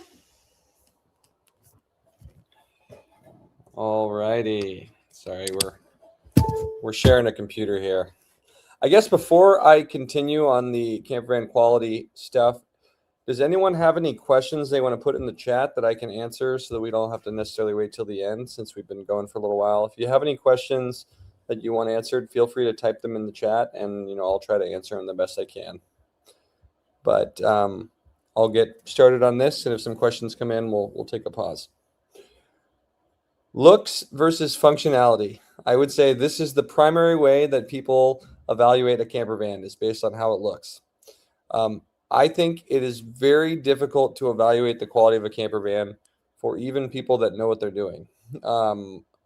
Like I said at the top, we lived in a van for almost a year and did a year of weekends. And even then we bought 7 vans that kind of sucked.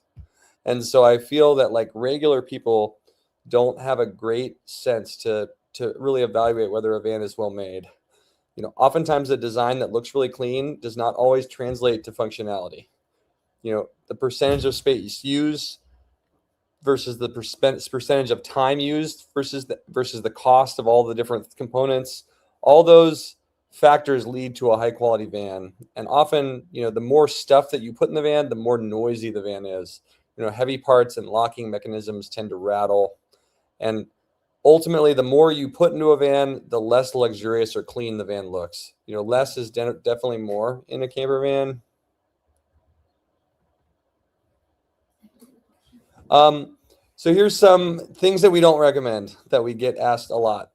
Rear bathroom. I want a bathroom in the rear. We think this design is, quite honestly, not good. Terrible. Basically, we put the bed in the back of the van, and that's for a few reasons. But for one is that if you put the bathroom in the back, that means the bed has to be forward. And if the bed is forward, you can't have a permanent bed because it would impact your egress into the van from the slider door. And so typically you see some sort of modular bed system when the bed's at the door. And we find that modular beds have really low customer satisfaction. What happens with modular beds, and Emily spoke to this a little bit, is that, the cushions, when you first get the van delivered, it'll be comfortable. But after you use cushions for a long time, you start to feel the cracks. And, the van eventually feels like sleeping on a lumpy couch. And so we don't recommend, modularity on beds. Additionally, when you put the bathroom in the back, it forces your kitchen to be over the wheel wells. And where the wheel wells are, you cannot place refrigerators, you cannot place sinks, and any drawers have to be either non-existent where the wheel well is or heavily modified where they're not really very useful. And so what we do is we use the bed area to be the part where the wheel wells are, and that gives us the maximum amount of storage. You can buy water tanks that fit over the wheel well. You can design your electric system so it takes, up nooks and cranny spaces by the wheel well, so you can much more effectively use space. Additionally, putting a bathroom in the van, you are dedicating like 25% of the van to, something that is really like a minor use. Like you're not going to take a lot of showers, and you're probably not going to use the toilet all that much either. And so we think altogether it's not a good design. And we actually, if you wanted us to build a bathroom in the back, we would decline the project because, ultimately we only really want to build a van that's high quality. And we've never seen a bathroom in the bath van that wasn't, made poorly. Next. Ease of repair. You want to look at, when you're looking at a van and evaluating it, you want to look at, a well-made camper van should be relatively easy to repair so you can continue traveling quickly. So I think a good question to ask when you're reviewing a van is how accessible is each system? For electrical systems, how easy is it to access? How organized is it? Are the wires and fuses labeled? What you want to, take a look at this. This is an actual electric system that someone delivered to us to help repair. This is a common site. This is practically impossible to repair without a long warranty service and without redoing everything. All these wires are kind of a rat's nest in here. Nothing is labeled properly. You open up this this thing, and it's very challenging to make a repair and fix anything. And I just think generally, if you're building something and you can't keep organized, you likely made mistakes. And this is just, the tip of the iceberg. Go back to that. You had a question. Do you work for people in other states? We absolutely do all the time. We currently have vans from people all over the country in the shop. For our out-of-state customers, we kind of offer two products. We build spec vans where I buy the chassis and we build it complete. Usually out-of-state customers, I would say that they don't often want to do a construction project with us. Sometimes they do, and we are great at communicating, but we find it more difficult to establish trust with an out-of-state customer, so that they usually buy our sort of completed van product. But for our out-of-state customers, the deal we make is, if you need it shipped to your house within the lower 48, we will pay for the shipping. We'll split the shipping with you, or we will fly you out on our dime to pick it up when you're finished. Anxious to hear about common camper van misconceptions. Did we actually get rid of that from this slide? I think so, because there's so much. I mean, some of these are kind of misconceptions. We'll get into some of those. Don't leave. Let's go to the next one. Avoid the unrepairable. Think about what systems cannot be repaired at all. I think that is peeling particle board. Like if you ever see a van made with particle board or laminates, there are some good laminates out there, very few, but basically the minute it's like damaged, it's unrepairable. You can't paint it, you can't refinish it. It's just going to stay that way the whole time. Upholstered walls, anyone that builds vans with upholstered walls has like clearly never rented vans before. If the minute someone, I mean, we don't allow smoking in our vans, but when you own a rental company, people will do things like someone smokes in that van, it'll smell like cigarettes forever. Weird cooking smells will stay forever. Your toilet smells will stay forever in an upholstered wall. Highly, highly recommend against that. Another thing about upholstered walls I think are really bad is, if you're hiding if you're basically hiding the material you're using with upholstery, what incentive do you have as a builder to buy like good quality material? If no one's ever going to see it, why would you not buy the cheapest possible material you can find? And so in the remodel side, it's not uncommon if we cut into an upholstered wall that there's tons of water damage on the other side of the upholstery. And yeah, so that's, in this van, this van is extremely hard to repair. If you wanted to fix this upholstered, if you wanted to, get behind this upholstered wall or take it off or otherwise modify it, you're not going to find this upholstery again. It's going to be really hard to fix things. You want to avoid things that if they're damaged, they need full replacement. Noise. I think that is something that people do not take very seriously, is noise in the van build world. We go to extreme considerations regarding noise. We install full sound deadener on all the metal that reduces vibration when you're driving. Insulation provides sound deadening. Good quality wall materials help, but we also foam back all the cabinets. Basically, whenever you have wood on wood, it's going to create a creaking if it vibrates too much. And so you want to create some space between your cabinetry and the walls or other materials. Hold on. Do you know how to turn your noise off for the? Oh, sorry. Oh, is it my computer? I'm on my computer. But that's the texts are coming in and. I know, just mute yourself. Okay, I'm muted, so I can't hear myself. Perfect. Next slide. Durability. I like to look at a system in a van and I think, can this be used repeatedly and not break?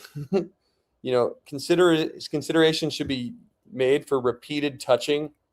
You probably notice this on cabinets at your house, but right around like a latch or some sort of knob, after like 15 years of use, you'll notice that your fingers create indentions in the cabinetry and the paint. A lot of vans don't even have like knobs or any sort of latch system of any kind, or they have ones that are sort of flush. And so then you end up kind of touching your cabinets all the time. And then after a while, you end up getting, imperfections, and it doesn't look like how it looked when you bought it. Scratches also happen. You want to think about, can this be refinished or repainted or replaced? Or is this a replacement scenario? Is it even possible to replace this? Everything in this world has a shelf life, including myself, unfortunately. Your builder should very, very clearly know the shelf life on the products they sell. If they say something lasts forever, they're lying to you. And so a builder should really know that. Wedged in place vulnerabilities, super important. Take this refrigerator here. This is an actual van that we rented for a while. This has this big old fridge. Just like most refrigerators, they're wedged in like a compartment, and maybe they're secured with like an L bracket of some sort. Well, whenever you wedge anything in place, it creates a crunch point. And then when you drive, essentially you hear that noise all the time, and it drives you nuts. And so you want to look for a fridge that's like built in some way. This fridge doesn't have a locking mechanism for the door, so it's held on with like magnets. After a year, those magnets lose their power, and we had to put this baby lock on this fridge. I can't tell you how many vans we've seen in the remodel side that are just covered in baby locks because the drawers and stuff are always flying open. Speaking of drawer locks, not all drawer locks are the same. Trust us. We've been through many, many, many different drawer locks until we finally settled on compression style locks. We think they're the best, but you can easily create significant force when you're turning in a van, and products can hit a drawer, or if the drawer's heavy, you know, it can have the drawer fly out. And if the drawer flies out while you're driving, it puts pressure on the slides. And over time, the drawer will get, you know, kinked, and it will never look the same. And so you want to have a lock that's really, really secure.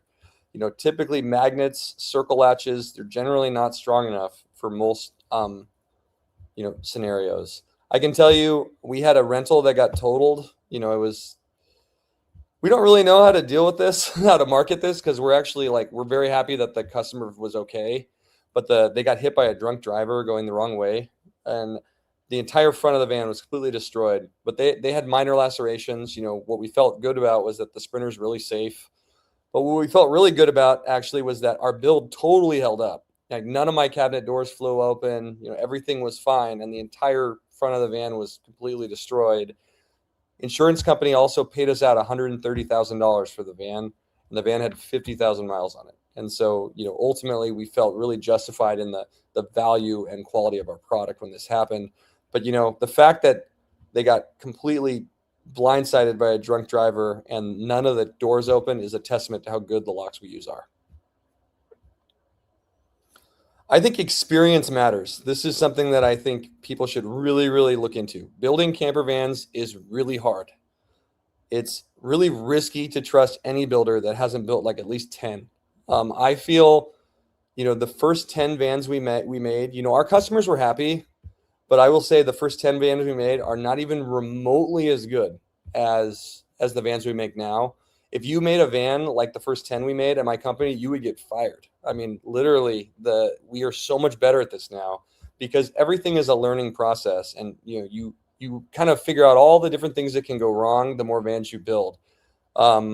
We highly recommend you really dig deep when you're looking and evaluating a builder to find one that has like lots of experience, you know, and you know, ask how many vans they've made. I'll just use my own products, my own, you know, humility here. This is a Shasta model. This is the first Shasta we ever made on the left. This is one we made, you know, a few months ago. You know, the fit and finish, you know, I actually think the first one we made was pretty good. Like it looks fine, but the fit and finish from the right one and this one, it's like night and day different. You know, the left van is very noisy. The right van is silent. All that goes into, you know, repetition yields mastery. Here's a Zion. You know, there's a huge impetus we're very big. And one of the reasons why we're doing this with Girl Camper and partnering with Girl Camper is I would say about 30% of our sales now are solo female travelers. It's a big part of our business. And there is a lot of solo female travelers that want a short wheelbase van that has a shower. Now, Emily went over that there's only 22 square feet after the bed. So once you put a big box shower in the van, it can make the van feel really small. And so we have really experimented with lots of ways to make a short wheelbase with a shower work. We're actually on the Zion is our model that does that. We're on version 8 of this van. You're looking, you know, this is actually version 7 in this picture. It's not even the most current version. But one of the things that we've done now, we noticed one of the big problems is that fridges are too wide if they're next to the shower. So look how narrow this hallway is. You know, it's pretty tight. So now what we do is we put the fridge as a chest over in the bench, and that allows us to make this galley narrow so that we can widen this hallway. We've since made this galley even narrower so that the hallway is bigger, so it's more comfortable to be in, because less is more in a van. You know, the more stuff you put into it, the more cramped it feels. I'm sure a lot of you have gone to the RV dealership and, you know, sat in a Thor or a Winnebago or an Airstream, and they have so much stuff in there. It feels very claustrophobic. We want it to feel very open and comfortable to be in. We want it to be like your home, you know, not a toy. Here's another example. This is a Pismo floor plan. You know, the first Pismo we did, we made this big table that it has 2 benches next to the bed, and you kind of can share, play a game, etc., have a nice dinner. You know, in theory, it makes sense to have one table that you share. But what we found is that if the person sort of on the passenger side here has to get up to use the restroom or otherwise get something, you have to put the whole table away. And so it doesn't really work. And so you learn this from, you know, experience and repetition. So now we make it as 2 tables. And so you can put one of them away if you have to get up. You know, it makes it much, much, much more comfortable to use for everybody. You know, another example, this is our family van. When I first, you know, I'm an attorney, I think very, very logically about things. Sometimes my wife is like critical of, not everything is a logic problem, Kevin. And so, you know, when we built this family van, my first thought was, let's make it seat 5 because 5 is better than 4. Well, not really. 5 is better than 4 if you have 5, but if you have 4, 4 is better than 5. And being able to walk down the hallway without having to open the door is really nice. And so what happened with this rental that we built is we kind of evaluated after a year the customers that had rented it, and you know, only like one family of 5 had ever rented it. It's all families of 4. And so it makes a lot more sense to have a pathway down the hallway so that you can walk through. You know, a step to get to the bed. Take this first thing, we made this like ladder that you can remove to get onto the bed. Seems reasonable, easy to get up. You know, you're trying to get down to go pee in the middle of the night. You know, hard to get down a ladder when you're half asleep. We think a step just works a lot better, much more convenient. And also the ladder kind of is this roaming pile of stuff problem where you have to find a place to put the ladder when you're not using it, whereas the drawer can go back into the galley. I think asking questions about your builder's build style is super important. You know, how is your van built? Is it a managed project? So any rear baths, I just did a whole slide on rear baths. We do not offer rear baths because they have really low customer satisfaction and they make it so that you cannot build a permanent bed in any capacity. And ultimately it forces the kitchen over the wheel wells. And that means that you can't place fridges, sinks, drawers. It makes, you know, it's almost impossible to design a rear bath van well. So for that reason, you know, we firmly believe that we will not build a product that we don't think is good. And, you know, rear baths are generally not well made. And, you know, anyone that builds camper vans a lot will tell you the same thing. How your van is built as either a managed project or an assembly line, I think matters. You know, we operate on a project-based employment. We have one builder or a team work on an entire van from start to finish. We think that typically yields the highest quality product due to complete continuity. You know, if you make a mistake, it's kind of your problem if you have to deal with it later. And mistakes in vans are like a domino effect. You know, you make something a little bit too big, then, you know, the next thing doesn't fit. And so we think that if you're part of a team or yourself builds the van to completion, it yields a much more careful consideration when you're doing things. This in turn requires employees to have much more extensive training. If you work on an assembly line, you can be trained to do one small thing. And, you know, if you're trying to build 5,000 vans a year, that's probably the only way to do it. But, you know, that's not usually what the goal is in a custom van. And so we think it's better to have, you know, individual employees that can work from start to finish. And that's also better for a warranty repair. You know, if something happens under warranty and you need to get it fixed, you know, the team or the person that built it is the one that can be like, oh yeah, I know what happened here. I can go back and look at this and we can get this fixed up real easily. We also just think like a managed project just yields a better employee. You know, everyone has to work, and we think it's better to operate a company where, you know, the job is fun. You know, is it fun to just install like insulation all day? Like, definitely not. And we think ultimately you get a better product if our employees are happier. You know, we are proud to say that we pay full benefits for all of our employees. Our employees are paid really well. This is a career here. Everyone in the company goes through an extensive training program. We actually are a vocational training program within the state of California. The state actually reimburses me for my training costs for this vocational training. And so, you know, tons and tons of training goes into, you know, our staff. And ultimately, we're looking for career-driven people that want to build great products. And this is not a job. It's a career. Next. So assembly line, you know, it's often much cheaper and easier to build. Like, honestly, if we moved to assembly line, we'd make way more money. But we have really no interest in building a lower quality product. And we think that having no continuity or project ownership just yields low quality products. This is a personal project. It needs a personal touch. You know, we think that slight improvement in speed maybe is worth it for my pocketbook, but it's very bad for you. And so it's much better for everybody if we work on a managed project style. I mentioned our training program. This is a specialized trade. These are some of our builders. You know, it involves woodworking, electrical, plumbing, automotive, finish work, project management, all in one. You know, people that usually get into this have like a single trade. Usually they learn the rest as they go. Like maybe they're a carpenter, or they're into cars, or they're into electrical, but then they go on YouTube to kind of figure out the rest. You know, I would ask, you know, your builder, you know, for the people that work there, is this a job or is this a career? You know, how serious do employees take their roles? Do they consider themselves craftsmen?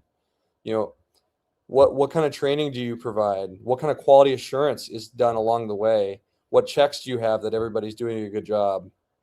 You know, those tools, if your builder cannot answer those questions immediately, usually they're kind of full of it. Next, warranty. Your warranty super matters. You know, this is a handmade custom product. You know, there is a high likelihood that something will need tweaking. You know, we can't really test everything in the vehicle in the shop because you have to kind of go out and drive it and use it and let the van vibrate and kind of see where things fall. And so we have an expectation for all our customers that you will bring the van back once probably. And for our, you know, you want to know that, do you have a dedicated staff for warranty? Do you have the ability to outsource to others for your warranty? If you're, you know, if you're doing a deal out of state, you know, they should have a very good answer for that. You know, what happens if you're not near the build shop when a warranty issue happens? Is your van just not usable, or does your builder have some way to deal with you? I think a good question to ask is, how many builds does your company support at once? You know, can you really afford to stop and work on a warranty? You know, if you're building 2 at a time, you know, the entire finances of the company relies on those 2 vans being completed. If you come in and have some big warranty issue, that could bankrupt the company.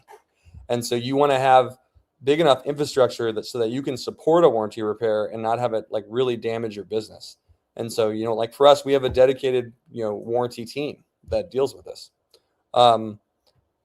You know, I think that a builder should be really honest about what products come back under warranty. You know, you should be able to answer that question really effectively. I personally think that, you know, I'll tell you what, you know, we've had kind of eras of warranties, and we feel like it's better just to be honest about it. You know, there was maybe a 4-month period where we were getting air conditioners coming back because they're leaking. And it's like, what is going on here? We need to figure this out. And ultimately, we ended up taking the air conditioner installs away from the individual builders and having a dedicated exterior team work on kind of the windows and the leak stuff, because it's more of it's an art to do that stuff. It's really technical. You get one shot to put like a window in or put an AC in with the sealant. You need to do it correctly. We also invested in these custom gaskets that fit the Sprinter perfectly or the Ford perfectly, so that we can ensure those leaks happen. You know, we put in place several leak tests during the construction, and now we haven't had a leak in years. But you know, your builder should be really, really honest about, you know, where warranty stuff can occur, and how, you know, the product changes to deal with warrantable issues. If they said, oh, we've never really had any warranty issues, they're not being honest with you. So the Scenic difference, you know, we've tried to be, you know, educational throughout this whole thing. This is kind of where I talk mainly about what we do, and, you know, why I think personally, you know, no bias here, but I think we make the best van in America. You know, every van we make is rental grade. We started as a rental company. There's not a single van in our that we build that I wouldn't feel totally comfortable renting for 3 years, letting 600 people use it, and being totally confident that I can sell it for, you know, $80,000 when it's done. That is true of every van we build. You know, they are built to a much higher level of durability. You know, I would ask every builder that you deal with why they don't rent their vans. You know, to us, we feel like selling a van is all about trust.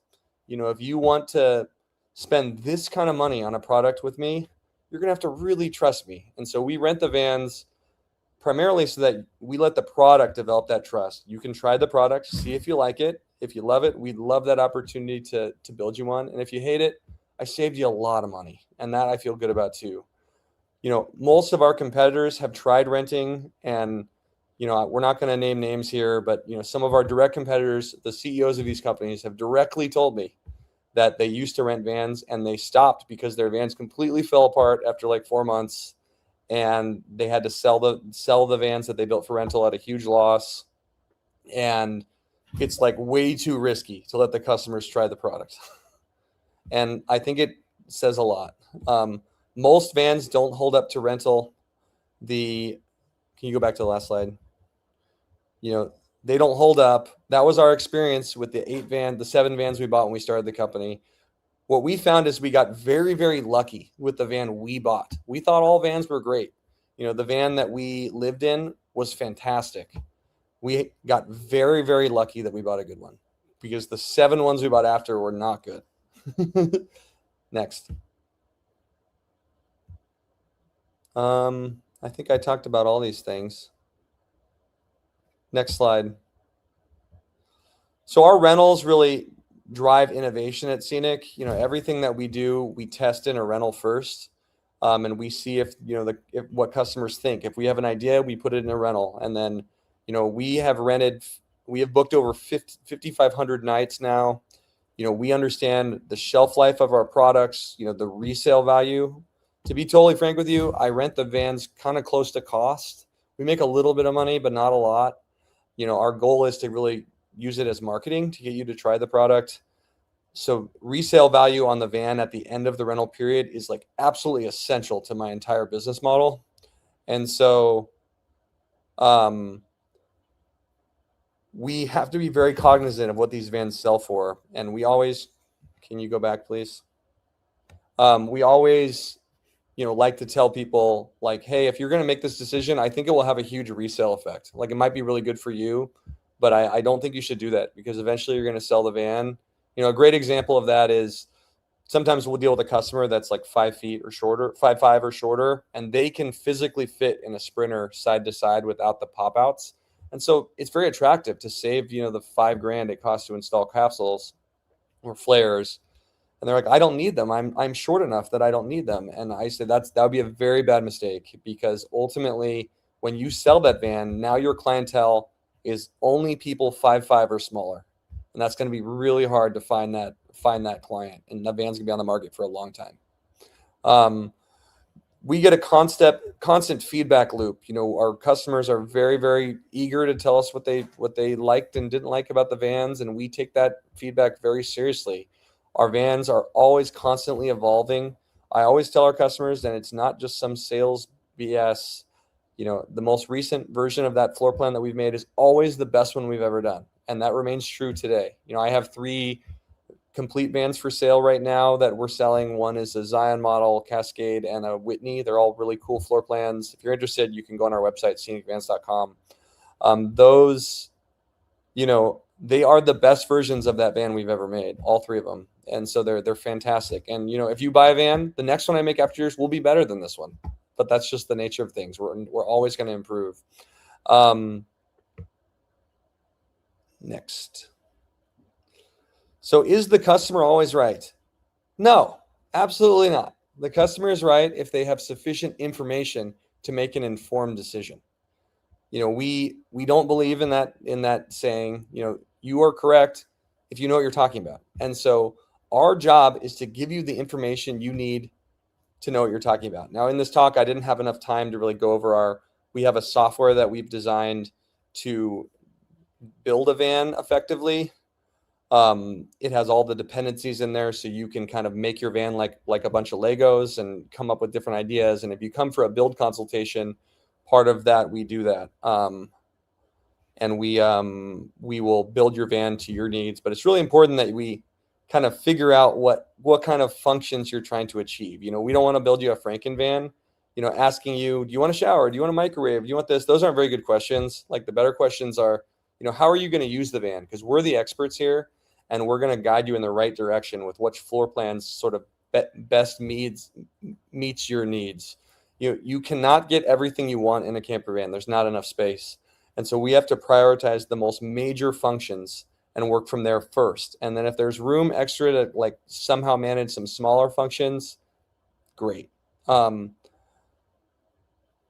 But we think we kind of give you the info you need for, by letting you try before you buy, by, having modular systems that make it so we can scale this company, but give you a lot of choice. And, we do a ton of research and development to really make sure everything is fair, that we can sell parts that are not like overpriced for no reason. That kind of goes both ways. The batteries that we put in our vans, we use a Chinese company.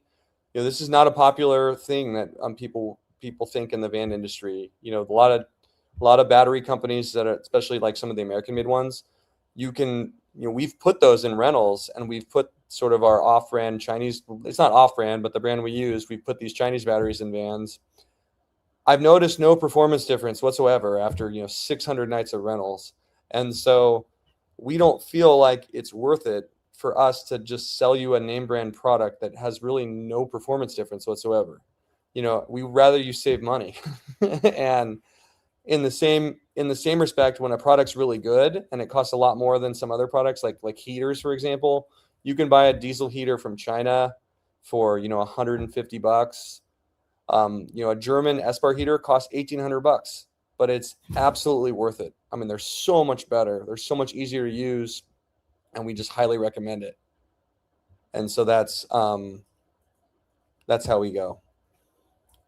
Next. We don't ask you what you want in the van because you don't really know. We ask you, how are you going to use the van? And that's where we start. So, I want a shower and a short wheelbase. Most builders would say the customer is always right. We can do a shower and a 144. I think it's better to investigate this first. How tall are you? Where are you traveling mostly? How will you use the van when you're inside? Do you have any pets? What are your hobbies?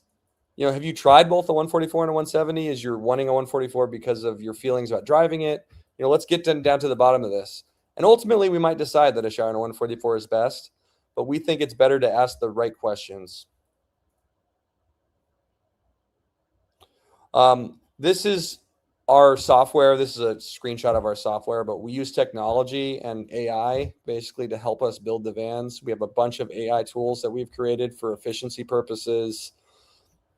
We're a pretty high-tech company now, which is pretty fun. But every design we make is ran through this software it's called Porpoise is what we call it. It's a play on words because we are trying to be very purposeful in how we design things. So it's purposeful. I'm a dad, so whatever. We only say yes to things that are actually possible. This is very important. We've learned that it's very, very easy when you're in a build consultation for us to just say yes to everything that you say you want us to do. And that makes you feel really good in the moment. But in reality, when we start building it, there's tons of dependencies and tons of things that go into making these, that not every idea works or makes a good van. And so it's important that we sort of judge that early on. Because if we don't judge that early on, essentially we just say yes to the project and then we get into it and then we find out that things don't work as well as we thought. And then we have to pivot, tell you, do a change order. And then you've kind of lost trust and faith in the whole process. And that's what we want to avoid. And so we use a really thoughtful technology-based design through software that is proprietary to our company. Next. No skipping on electrical. So a lot of van builders, for one, all mass manufactured vans have pretty much VIN-specific electric systems that are not really fixable or modifiable. They're really designed so that you go back to the RV dealer for service. And, that's another money-making scheme for RV companies. That's really not our idea. We want to have a hands-off, highly customized electric system that works very well for your use case. We do things like protect all the wires when they're at a chafe point, like wires run through channels in the van. We protect it with this loom material. You don't want to have a chafe point where the white coating on the wire will chafe and then you get a short. If you have a short in a van that's fully built, it'd be very, very hard to fix. And so we go ahead and protect all those things. We do that because we want to make a good quality van. You would never know that we did this or not, but we want to make sure that we build a really high quality van every time. You want to make sure your electrical is really easy to use. Right, this is our electric system. It's a proprietary system. We have another company that actually builds it for us, but this is the only place you can get this orientation. Basically, our fuses are really easy to access. They're labeled. It's very, very clean. You're driving a vehicle that's going to vibrate. It's not uncommon. Once a year, a fuse might just randomly pop in your van. You want to be able to access this really easily so you can get back to using your van in a fun way.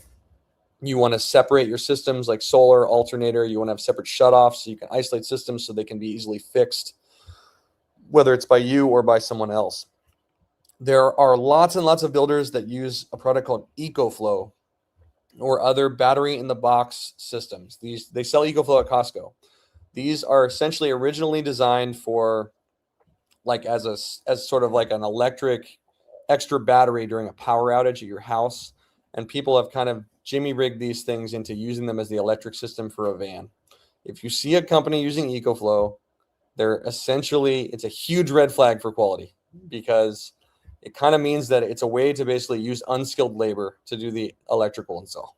EcoFlow kind of plugs in like a PlayStation. It's a very good product for if you're doing a DIY van. It's probably the best product on the market if you're building it yourself, because it's going to be hard for you to do the electrical effectively. But if you're hiring a professional and they're installing EcoFlow, run for the hills. I'm telling you, huge red flag for quality. For one, they're really, really expensive. And so they're really hard to like upgrade the battery size. Like an EcoFlow battery costs, 5-6 times as much as a battery that we use, and it's not even close to as big.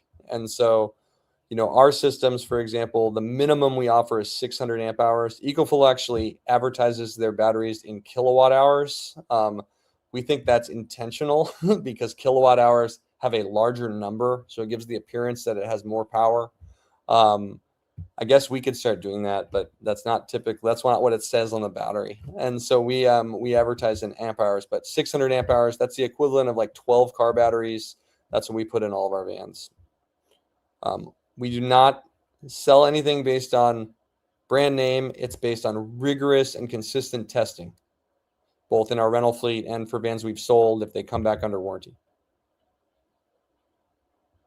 So materials, there's so much skimping on materials. It's like literally hard to watch these days, but we only use high quality materials. That's bamboo plywood, marine grade Baltic birch. Even our framing boards, we use pre-finished, really sturdy framing boards. So it provides a secure landing point for the walls that has some water resistance if condensation gets in the van. Bamboo is a great product for a van because it's a grass, so it can take water better. You're not going to be able to avoid condensation.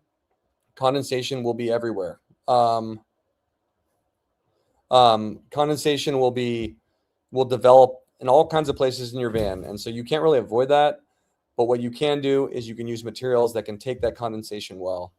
Our floors, we use luxury vinyl plank. We use LVP that's of a proper thickness so it can take heat. A lot of LVP in vans, when you open the door, the sun beats in the van, and then the consistency of the vinyl changes, and then it will like bump up or bubble. And so that's, it's a common thing, and you can't do that in a van. We use only marine grade wiring. We didn't do a factory tour in this spiel because we didn't have enough time. Anyone that's interested in our product, just generally, we do have a link in the chat to sign up for a build consultation. It's a really informative meeting. It's kind of like this, except for we give you a factory tour. We try to get to know you, and then we ultimately design a van for you and get you a price on the whole thing out the door. Our goal with the meeting, it's not a pressure thing. We always say there's no impulse buys at Scenic Vans. We want you to feel really good about the product before you buy one. And the best way we do that is by education. And so if you are interested in learning more specifically about Scenic, there is a Calendly link in the chat. All right, next slide. Pricing transparency, we think, is very important. When we give you an invoice, it's a detailed invoice with pricing by service. This allows you to essentially take off certain things or add certain things based on the price. And so it's very clear what things cost. We don't pad invoices. In fact, if you pad an invoice for my company, you get canned. Like, I'm very, very mad about it. I do not take that. Our goal is we want a van that's best for you, whatever price that ends up being. We sometimes, that is a much lower price, and our prices are based on just what features that you put in the van. Not saying like you pay more if you can afford it, but we don't pad invoices. I'm not going to convince you to put something in your van to upgrade your electrical to something you don't need. That is my goal, is always to build you a van that makes sense for you. We also work our butts off to get you vans for the best prices and ones that you cannot get yourself. Literally, we hate this part of the pitch because it sounds like a used car salesman, but the prices on Sprinters are like absolutely insane right now. I can get you a van for like $11,500 off sticker right now. That will change literally in like 2 weeks. There's a bunch of vans subject to this thing called P5, which is a unique classification of vans that are only available in like January and February. And so, we also think just generally our builds, we're not the cheapest out there. We're not even close to the most expensive. Most of our builds cost between 75 and 85K for the build out with tax. But in terms of the quality, I think we have the best price on the market. I do think even some of these vans that cost 250, 300,000, I think we would mop the floor with them on a actual durability and usefulness test. Our specialized training, I mentioned the Scenic, our training system. We actually have a name for it. It's called Scenic Van Builder Academy. Building vans is extremely specialized. Every single employee that works on the build side, goes through our van build training program. It's funded by the state of California. It's a 10-week training program involving a lecture every day about every single aspect of the van. They're trained well before they work on a customer's van. They work on a van where I own the chassis and I sell it complete. If you're buying a van from me that was built by students, I would say they're always the best made vans because they're highly supervised. One of my favorite parts about this company is we take people that join us to like start a career in this trade. And, usually they know nothing about this, and then they build a van, and then, someone buys it for $150,000. And I get the pleasure to like bring the students together and say, 10 weeks ago, you guys didn't know anything about this, and what you guys created, someone valued for $150,000. It's just like the coolest thing in the world that we create that kind of value just through training. And so I love that aspect of our company, and we work really hard to train everybody really well. And with our kind of one man, one van system, people have a lot of ownership in their product. We're also very good to our employees. Like I said, we pay full benefits for all employees. We have a profit sharing program. We contribute to 401ks. We have a retreat every year. If you're not having fun at work, then what, if people aren't rewarded here for doing a good job, what incentive do they have to do a good job for me or for the customers? And so we from the very beginning, I used to be an attorney. My wife used to be a therapist. Honestly, we don't need to do this. Like we don't need to own a company, but we enjoy that aspect of it. And we never wanted to really start a company that really is successful because we're taking advantage of the employees. And so that's, a big, big motivator for me. Yeah, we just talked about that. Hi, builders. Our warranty, we provide a 1-year warranty on the construction. We have a dedicated remodel and warranty team. But what if I'm out of state? We still honor the warranty. I have regional partnerships with other van build companies all over the country. Our main one is in North Carolina. But one thing, too, is our vans are made to be rentals. So all of our vans, there's nothing in my van I can't fix in like 2-3 hours. And so our vans are really easy to fix. Like any van builder that gets into our van probably gets ideas for how to build their vans after they see ours, but they're all made to be fixable really easily. And, it's very, very not that it's common that things break in the vans, but if something happens, just full transparency, we had a customer that she lives in New York. She's currently in Florida traveling, and she didn't know this, but her water pump froze when she was in New York. She didn't winterize it properly. Now, this wasn't necessarily a warranty issue, but we found a builder in the local area to replace her water pump. And we did that whole thing for her so that she could use water on her trip in Florida. And so we work really hard to kind of satisfy warranties.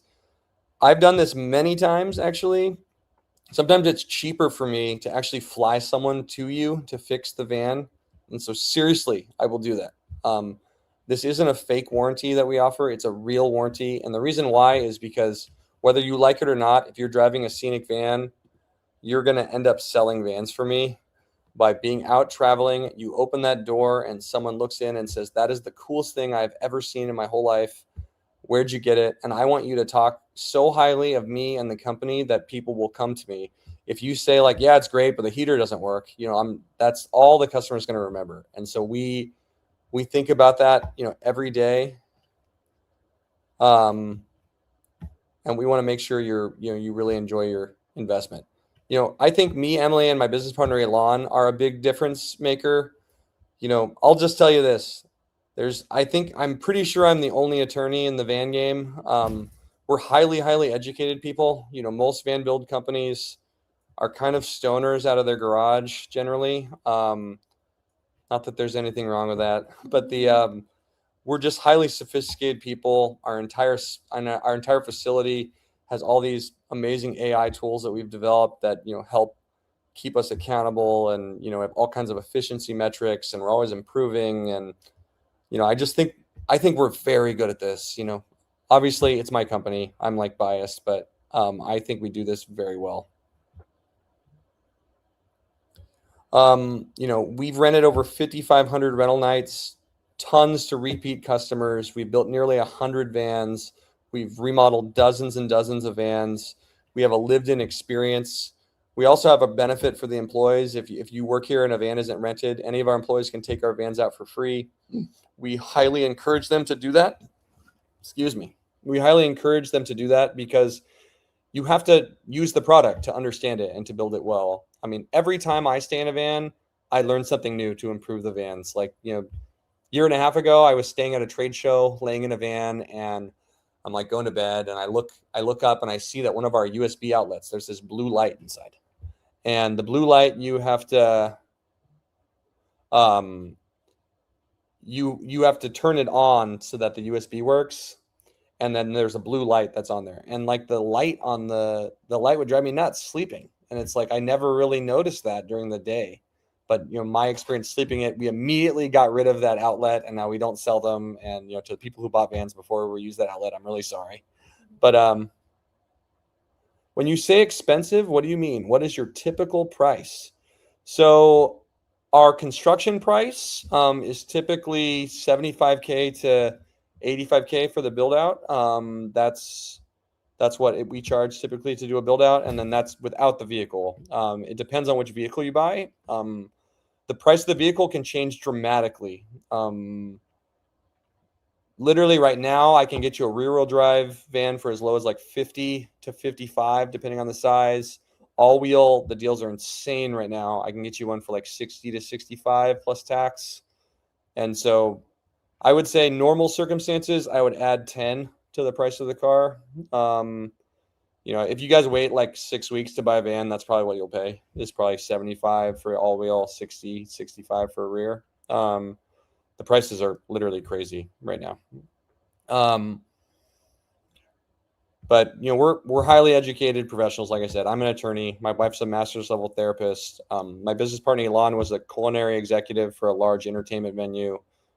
We're good at this. We've been featured on tons of local news broadcasts, magazines. But what I'm most proud of is this last year, we were awarded the Better Business Bureau Spark Award for Northern California. That is an award for being recognized as the most ethical and transparent company in Northern California that's under 4 years old. We take so much pride in being honest and transparent. I mean, I lose so many sales by just being honest with people. It's not my nature to, I'm not a salesperson. And so it's not my nature to, do everything I can to make a sale. Like all I want to do is build good products. And so it was just amazing to be recognized by the Better Business Bureau for that. I would say the easiest van to afford is the one you don't have to redo. I have met so many people that buy like used vans they think are good online, and then they buy them and they realize they don't like this, they don't like that, and they come to us to try to have us fix it, and it's very expensive to fix a van that's already made. We don't want our customers to make that mistake. We think it's best if you attend a build consult. If you're interested in doing a van, virtual or in person, if you're not from here, we do them virtually all the time. We think it's a very, very effective way for you to learn about your needs. It's a no pressure meeting. Even if you aren't going to buy a van, you'll learn so much about your needs, and we'll guide you in the right direction. And ultimately our goal is to educate, and that's what we do in those more specific build consults. But if you want to sign up for a build consult, the Calendly link is on the page. I also have some completed vans for sale. If you go to, you want to put the link to our website in the page. If you go to scenicvans.com/for sale, I have lists of current vans I have for sale. I have a couple used vans for sale. They're starting at $90K, and then I have some brand new ones in all-wheel drive that start at $134 and they go up to $160. We do have some financing options. If you want to finance, talk to us. We want to work with you. If you don't like something in any of the vans I have for sale, we can do a custom for you. If you want just a small tweak in the ones I have, that's also doable. And so, talk to us. And, if you sign up for a build consultation, we get to find out your specific goals, your specific needs. And by the end, you'll know what it would cost to choose Scenic Vans as your builder. So Calendly links in the chat. And I think that is it for our presentation, but I'm going to stick around for questions. And I mean that.